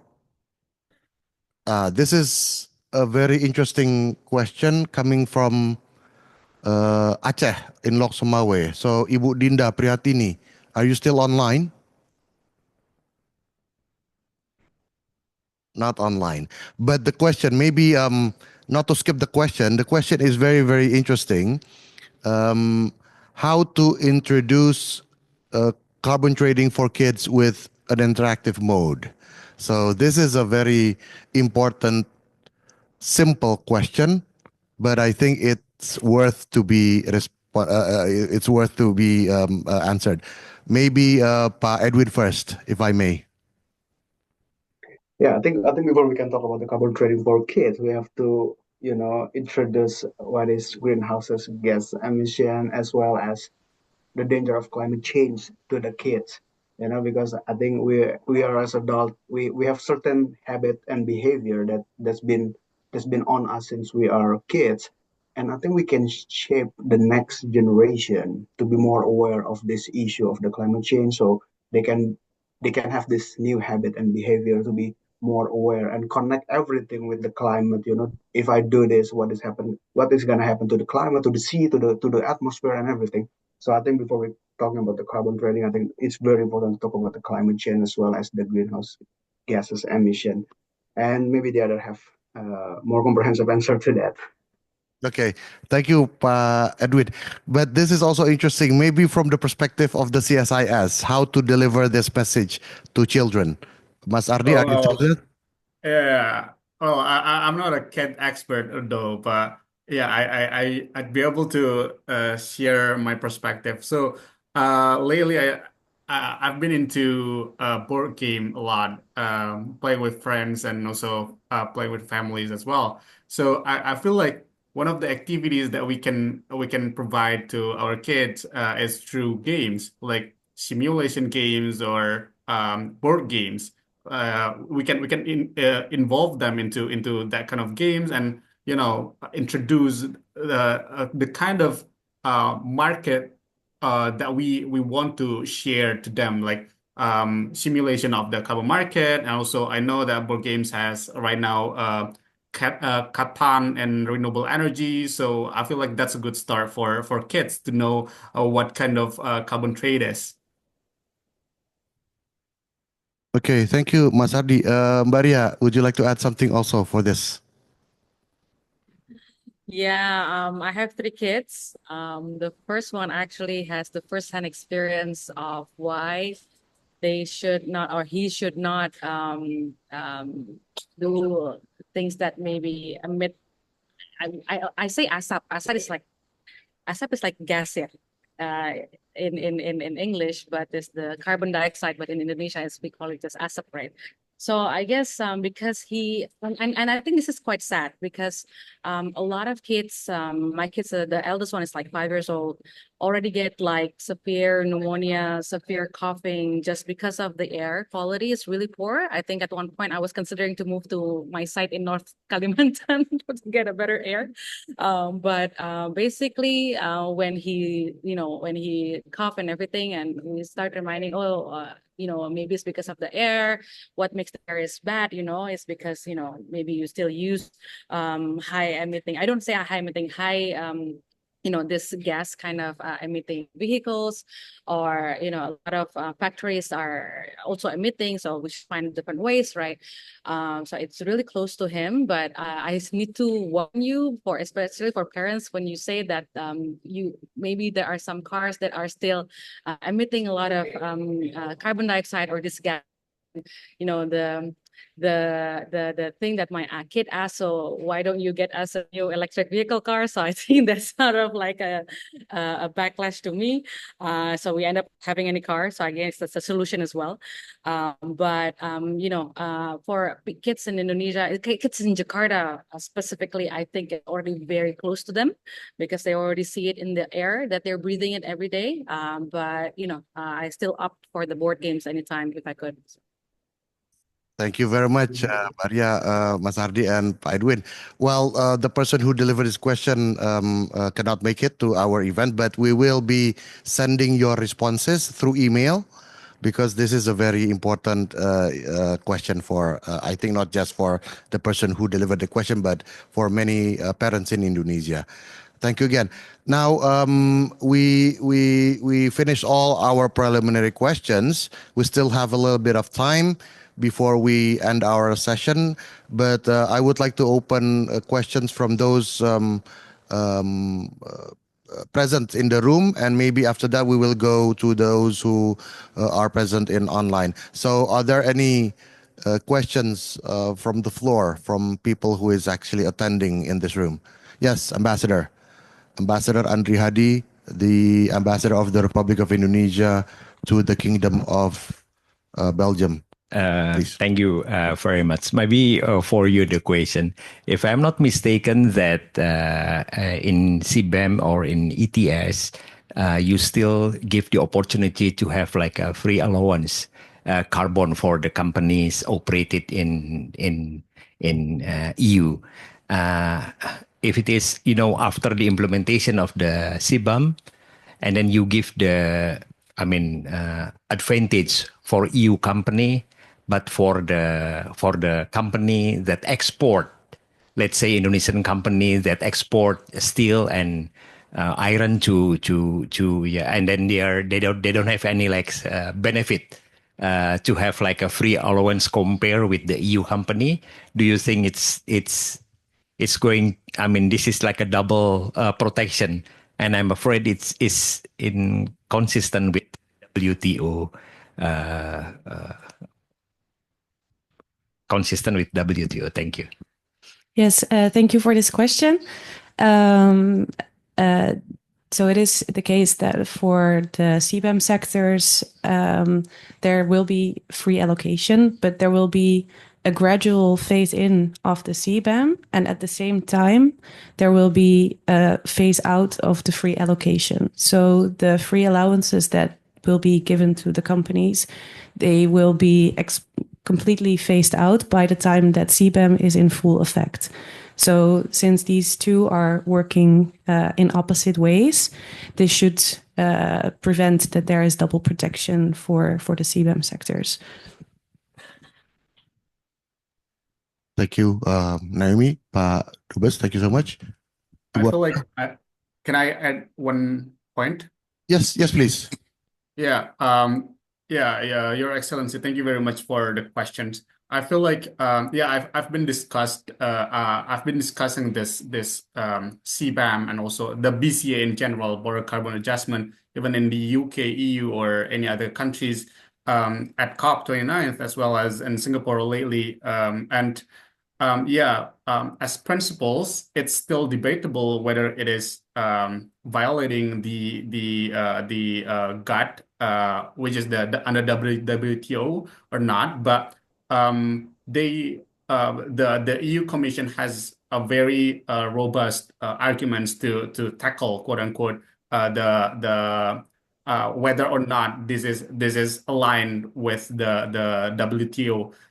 We know that there are a couple of articles which are the non-discrimination articles, prohibition of quantitative restrictions, and any other justifications, but they will come back with the justifications of under the climate or the environmental reason. So I feel like yes, we don't really have the exact idea or whether or not it's aligned with the whole global trade rules. But the thing is, like, the CBAM is verily to combat the carbon leakage. Whether or not it's aligned with the global rules trade, one of the principles of the green trade is to remove to minimize the carbon leakage. So I feel like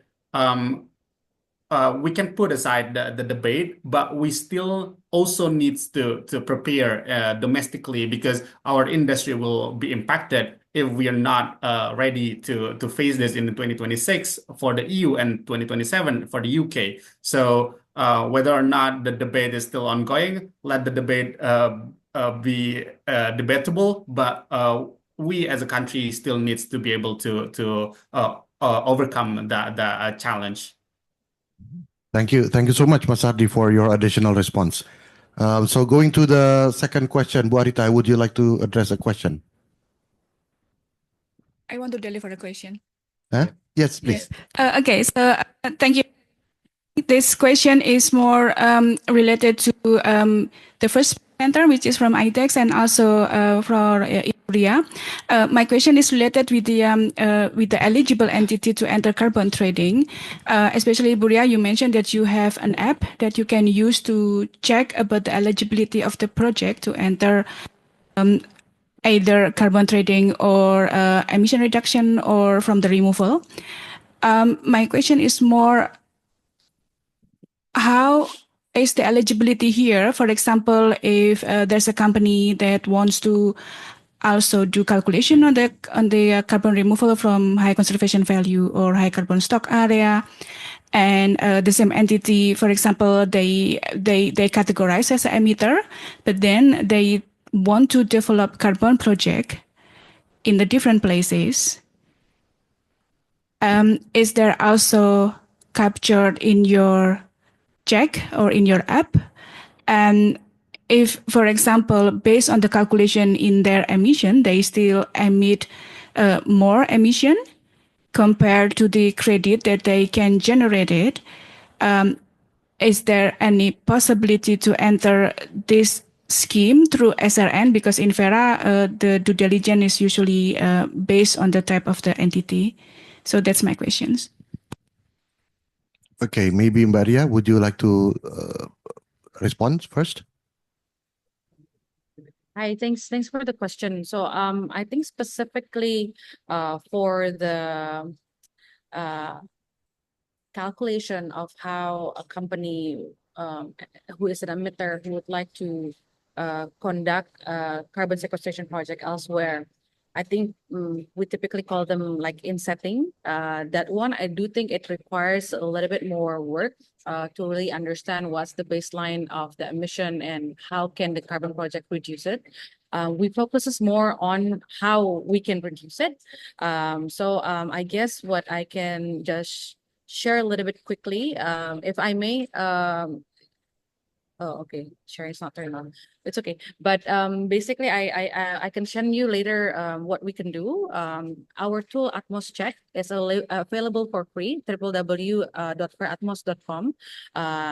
Basically, what we can do is you can draw anywhere in the Southeast Asia land area, and then we assess the carbon potential using SRN or international methodology. I think I'm allowed now to do a quick share. Maybe I can just do a quick showcase of how it works.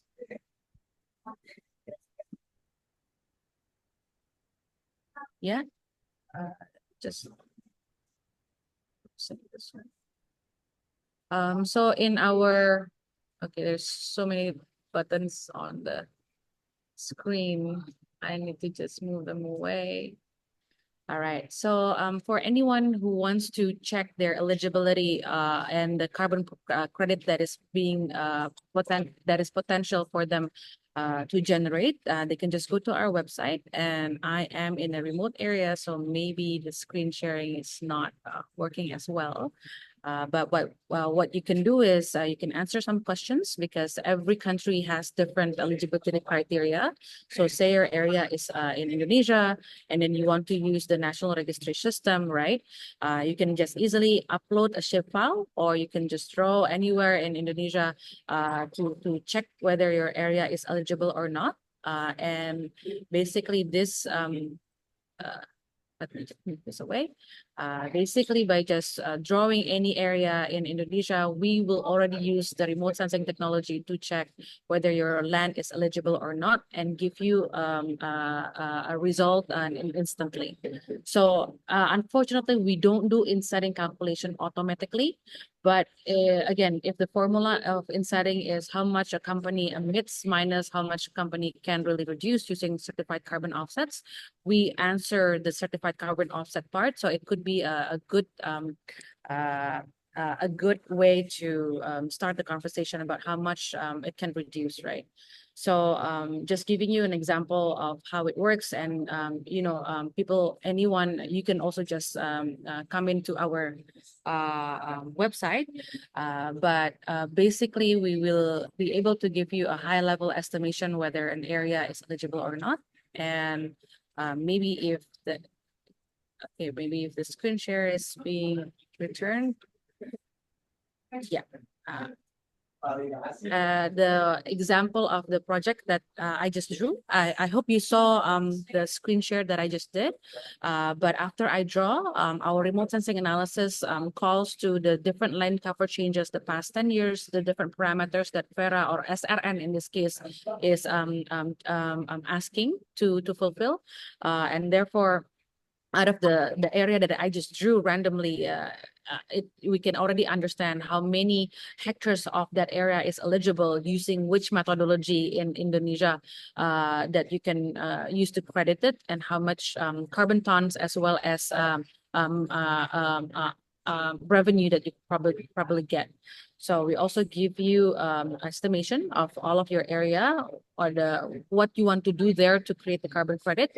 So the green part, you need to do a lot of reforestation. Meanwhile, the red part, you do a lot of forest protection. So this kind of checks we do, and we're happy to share you also a little bit about our additionality analysis to make sure that your project is not only high carbon credit generating, but also high impact generating. And for more details, we're happy to take you through. Thank you so much, Maria. Unfortunately, we didn't see the share screen, but so sorry. Okay, no, next it's time okay. I'll send you a video. Maybe we can connect you to Ibu Arita from Wageningen University. Pak Edwin, would you like also to add something on this question? Yeah, because the question is which kind of entity can join IDS Carbon, where all kind of legal entity, is it Indonesian legal entity as well as foreign legal entity, they can join IDS Carbon as a direct user, and you don't really have to go through broker or intermediary. If you feel like it, you can just open account and just do transaction for yourself. But if you feel like you don't really want to open account and you think like, I just want to do transaction once or twice a year, then you can just pick maybe some broker, and maybe Buria here can help also if she wanted. So you can buy or transaction via the other entity, and you can also retire and make your name also written on the SRN system, so that it's legit being claimed by the rightful owner, which is you as your as a buyer. And I think that's what I can add for that question. Thank you, Pak Edwin, for your additional response. We still have 1, 2, 3. Okay. Still many. Okay, can you present your name? The lady first. The lady, because she raised her hand first. Can you identify your name, where you come from, and the questions, and address to whom? But before that, I was told that Ibu Ria has another meeting. I don't know whether that she's still online, but if not, it's okay. Maybe we will take note of the questions that is addressed to Ibu Ria. I actually have a question for her, but yeah. Okay, so maybe a team. We will be taking note of your questions, and also the team from Ibu Ria will be also taking notes on behalf of her. Yeah, well okay, noted. Please. Thank you. Hello, my name is Keuning. I work with Fair Ventures Agroforestry. We develop smallholder climate resilient agroforestry in Indonesia. Thus, we are interested to know, in terms of regulation, how areas like social forestry and smallholder agriculture, namely KTH, kelompok tani hutan, fit the carbon scheme, and how does this actually work with the arrangement that IDA X Carbon has? Because earlier, Pak Edwin said it's only for legal entity. Does that mean this smallholders group needs to be merged or like consolidated into a limited liability company? Does it always have to be a PT, Pak? I think that's from me. Thank you. Thank you so Okay, much. thank you. Edwin? Yeah, maybe if I can respond. It doesn't have to be a PT or a LTD or limited corporation. It could be any other form of legal body, such as a corporation, a koperasi, and it could be under foundation or yayasan. It could be also under PT, yayasan, koperasi. For example, the state-owned. State-owned in this case is BUMD, ya. Owned by the province. So I think because it's important, because again it's about the integrity, right? And it's about the flow of the money. We cannot really just give the money or transfer the money to anyone claim to be the project owner. So it needs to be represented by a legal entity. So that's why I think, and also on the SRN, if you want to register your project to the SRN to be issued, I don't think individuals can do it. I don't know, maybe we should ask Pak Saiful, but anyway, it's better if you can be represented under one umbrella, so it will be better for the money flow and everything. But it doesn't have to be a PT, no. Okay, thank you, Pak Edwin. So the next one is the gentleman in front of Ibu Hening. Hi, thank you so much for the time. My name is Vincent. I'm from Indonesia. I don't represent any company right now. But the question is, asking from the point of view of the supplier, can I assume starting from now on, every carbon credits that been issued from the national registry in Indonesia can be sold internationally? Because I think I saw before from the first presentation, we have SPE GRK versus authorized SPE GRK. The only thing that can be sold internationally is the authorized one. Or can you clarify that things? Thank you so much. Okay, thank you. So this is addressed to Pak Edwin? Yes. Okay, Edwin. Okay. So thanks for the question. So anyway, I will share again the presentation, I think with a little bit of illustration, so we can make it more clear on that part. So I have to, okay, so give me 10 seconds. Yeah.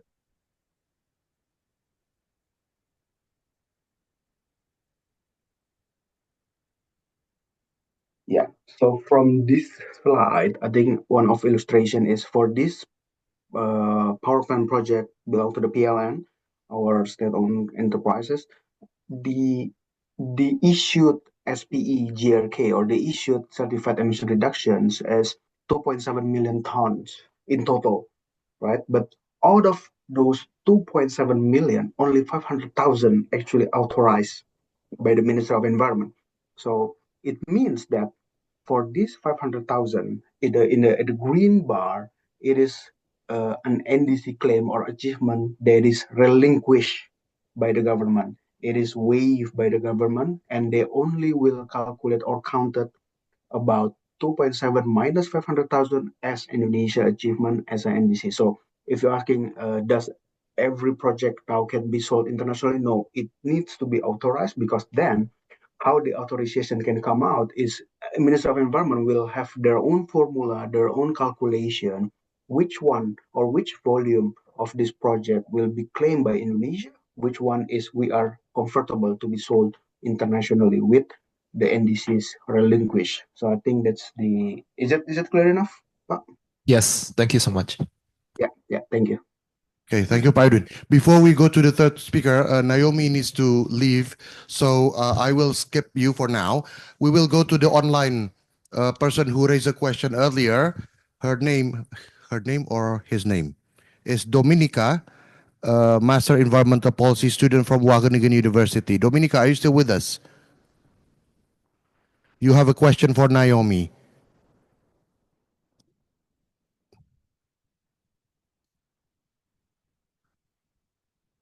Okay, would you like to deliver the questions directly yourself? Because Naomi has to leave the room.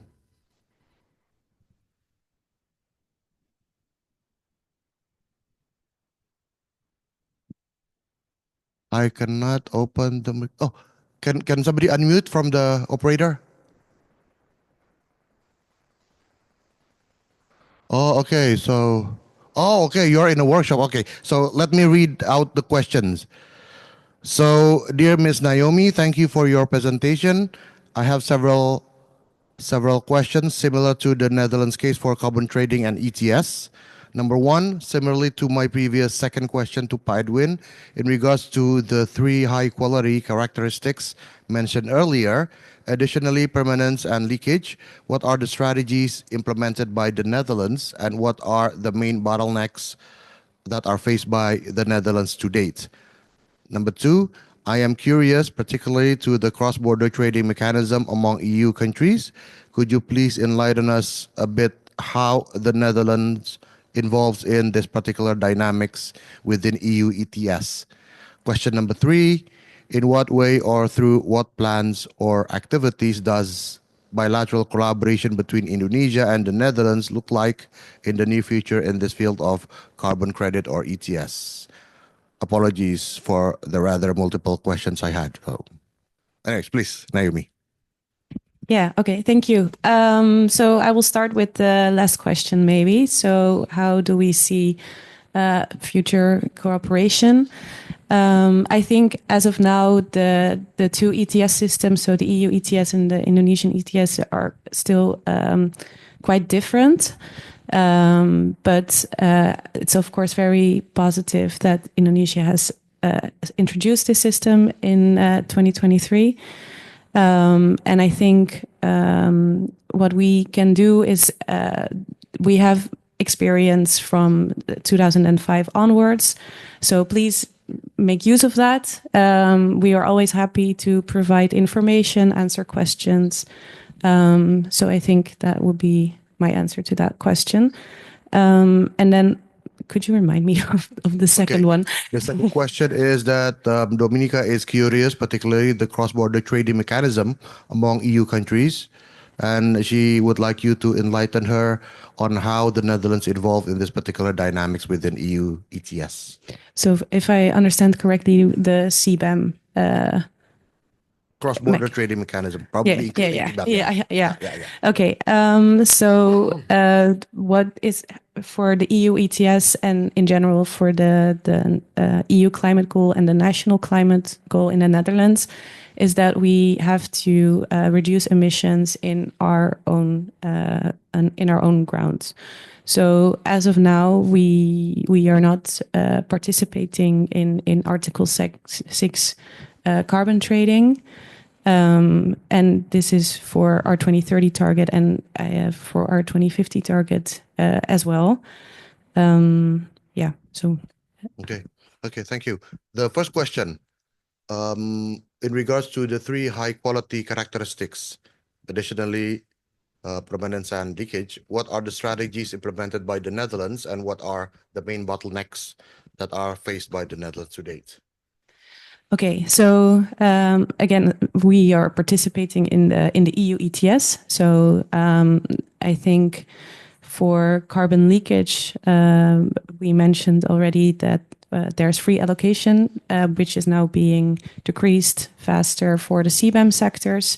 CBAM sector or the CBAM is also seen as a carbon leakage instrument. So it's a climate instrument preventing carbon leakage. And for monitoring and reporting and verifications, there's quite strict rules under the EU ETS. Also very detailed rules, which I will probably not get into right now, but it's there's a very big system on how to do the monitoring. And our national competent authority is actually the one who is controlling all for example, the monitoring plans and making sure installations provide the correct information about how much emissions they emit. So that would be, for the... Okay. Thank you so much, Naomi. I have to apologize because we are very time limited, and we already have passed our original time. So any other questions, we will be very glad to take note, and we'll deliver. Or maybe during the lunch, we can discuss in an informal manner. So before I give back to the MC, I would like to summarize of the key takeaways of all the speakers that gave their remarks since this morning. Ambassador Mayerfas mentioned that this dialogue is expecting to help to foster cooperation with a broader range of relevant stakeholders and exploring opportunities in this field, as well as all of us today can gain valuable knowledge on carbon trading. His Excellency Bapak Mahendra Siregar, the head of the OJK, said that Indonesian government is reaffirming its commitment to sustainable finance. OJK will update the green taxonomy to cover transportation, construction, and real estate, and selected agriculture and land use. OJK makes sure that the environment to sustainable finance ecosystem and monitoring, which are essentials to ensure Indonesia reach net zero emission targets. OJK is also ready to promote collaboration in carbon trading. Edwin from IDX Carbon said that types of carbon markets which are compliant and voluntary. IDX is now the official carbon exchange operator in Indonesia, which manages the carbon market as the secondary trading platform. Authorized carbon credits means Indonesia will waive its NDC claims at some point. Ms. Naomi Keuning from the Dutch Ministry of Climate Policy and Green Growth said that EU ETS has been successful in reducing emission, but not distributed evenly across member states and sectors. 90% companies must buy allowances.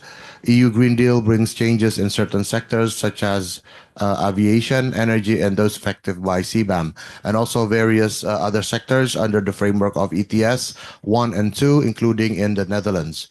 Ardhi from CSIS said Indonesia's emission growth needs to significantly reduce to meet the ENDC into 2030. At the same time, Indonesia aims 8% GDP growth. Thus, carbon pricing may positively defend Indonesia after CBAM, although not enough. Indonesia's entrance to global carbon market is good since the demand is now stagnant. Next, Indonesia still needs to work on institutional arrangements. Ibu Natalia Rialucky from Fair Atmos said that we learn how to unlock the potentials while delivering social and biodiversity impacts by applying the right technology and nurturing the high-quality carbon projects. Fair Atmos is also open to for partnerships and investment for the existing projects all over Indonesia. Pak Saiful from the Ministry of Environment said that Indonesia's leadership on carbon trading can serve as a model for developing countries while offering opportunity for collaboration with developed countries. Last but not least, Bu Arita from Wageningen University says that she highly appreciates the evolution taken by the Indonesian government by opening the carbon market. Looking forward, interested to learn of what kind of agreements can be made with the government of Indonesia on this issue. So those are the key takeaways from our honorable speakers. And we now enter into the closing. Again, I would like to convey my highest appreciation to all the distinguished speakers who have shared their expertise on their views in this very new but important issue. Thank you also to the participants here in this room and participating online. I am confident that the knowledge we gained today certainly will be of importance for all of us to further continue our works, especially to move forward for the intended sustainable future. Thank you, and back to you, Modi.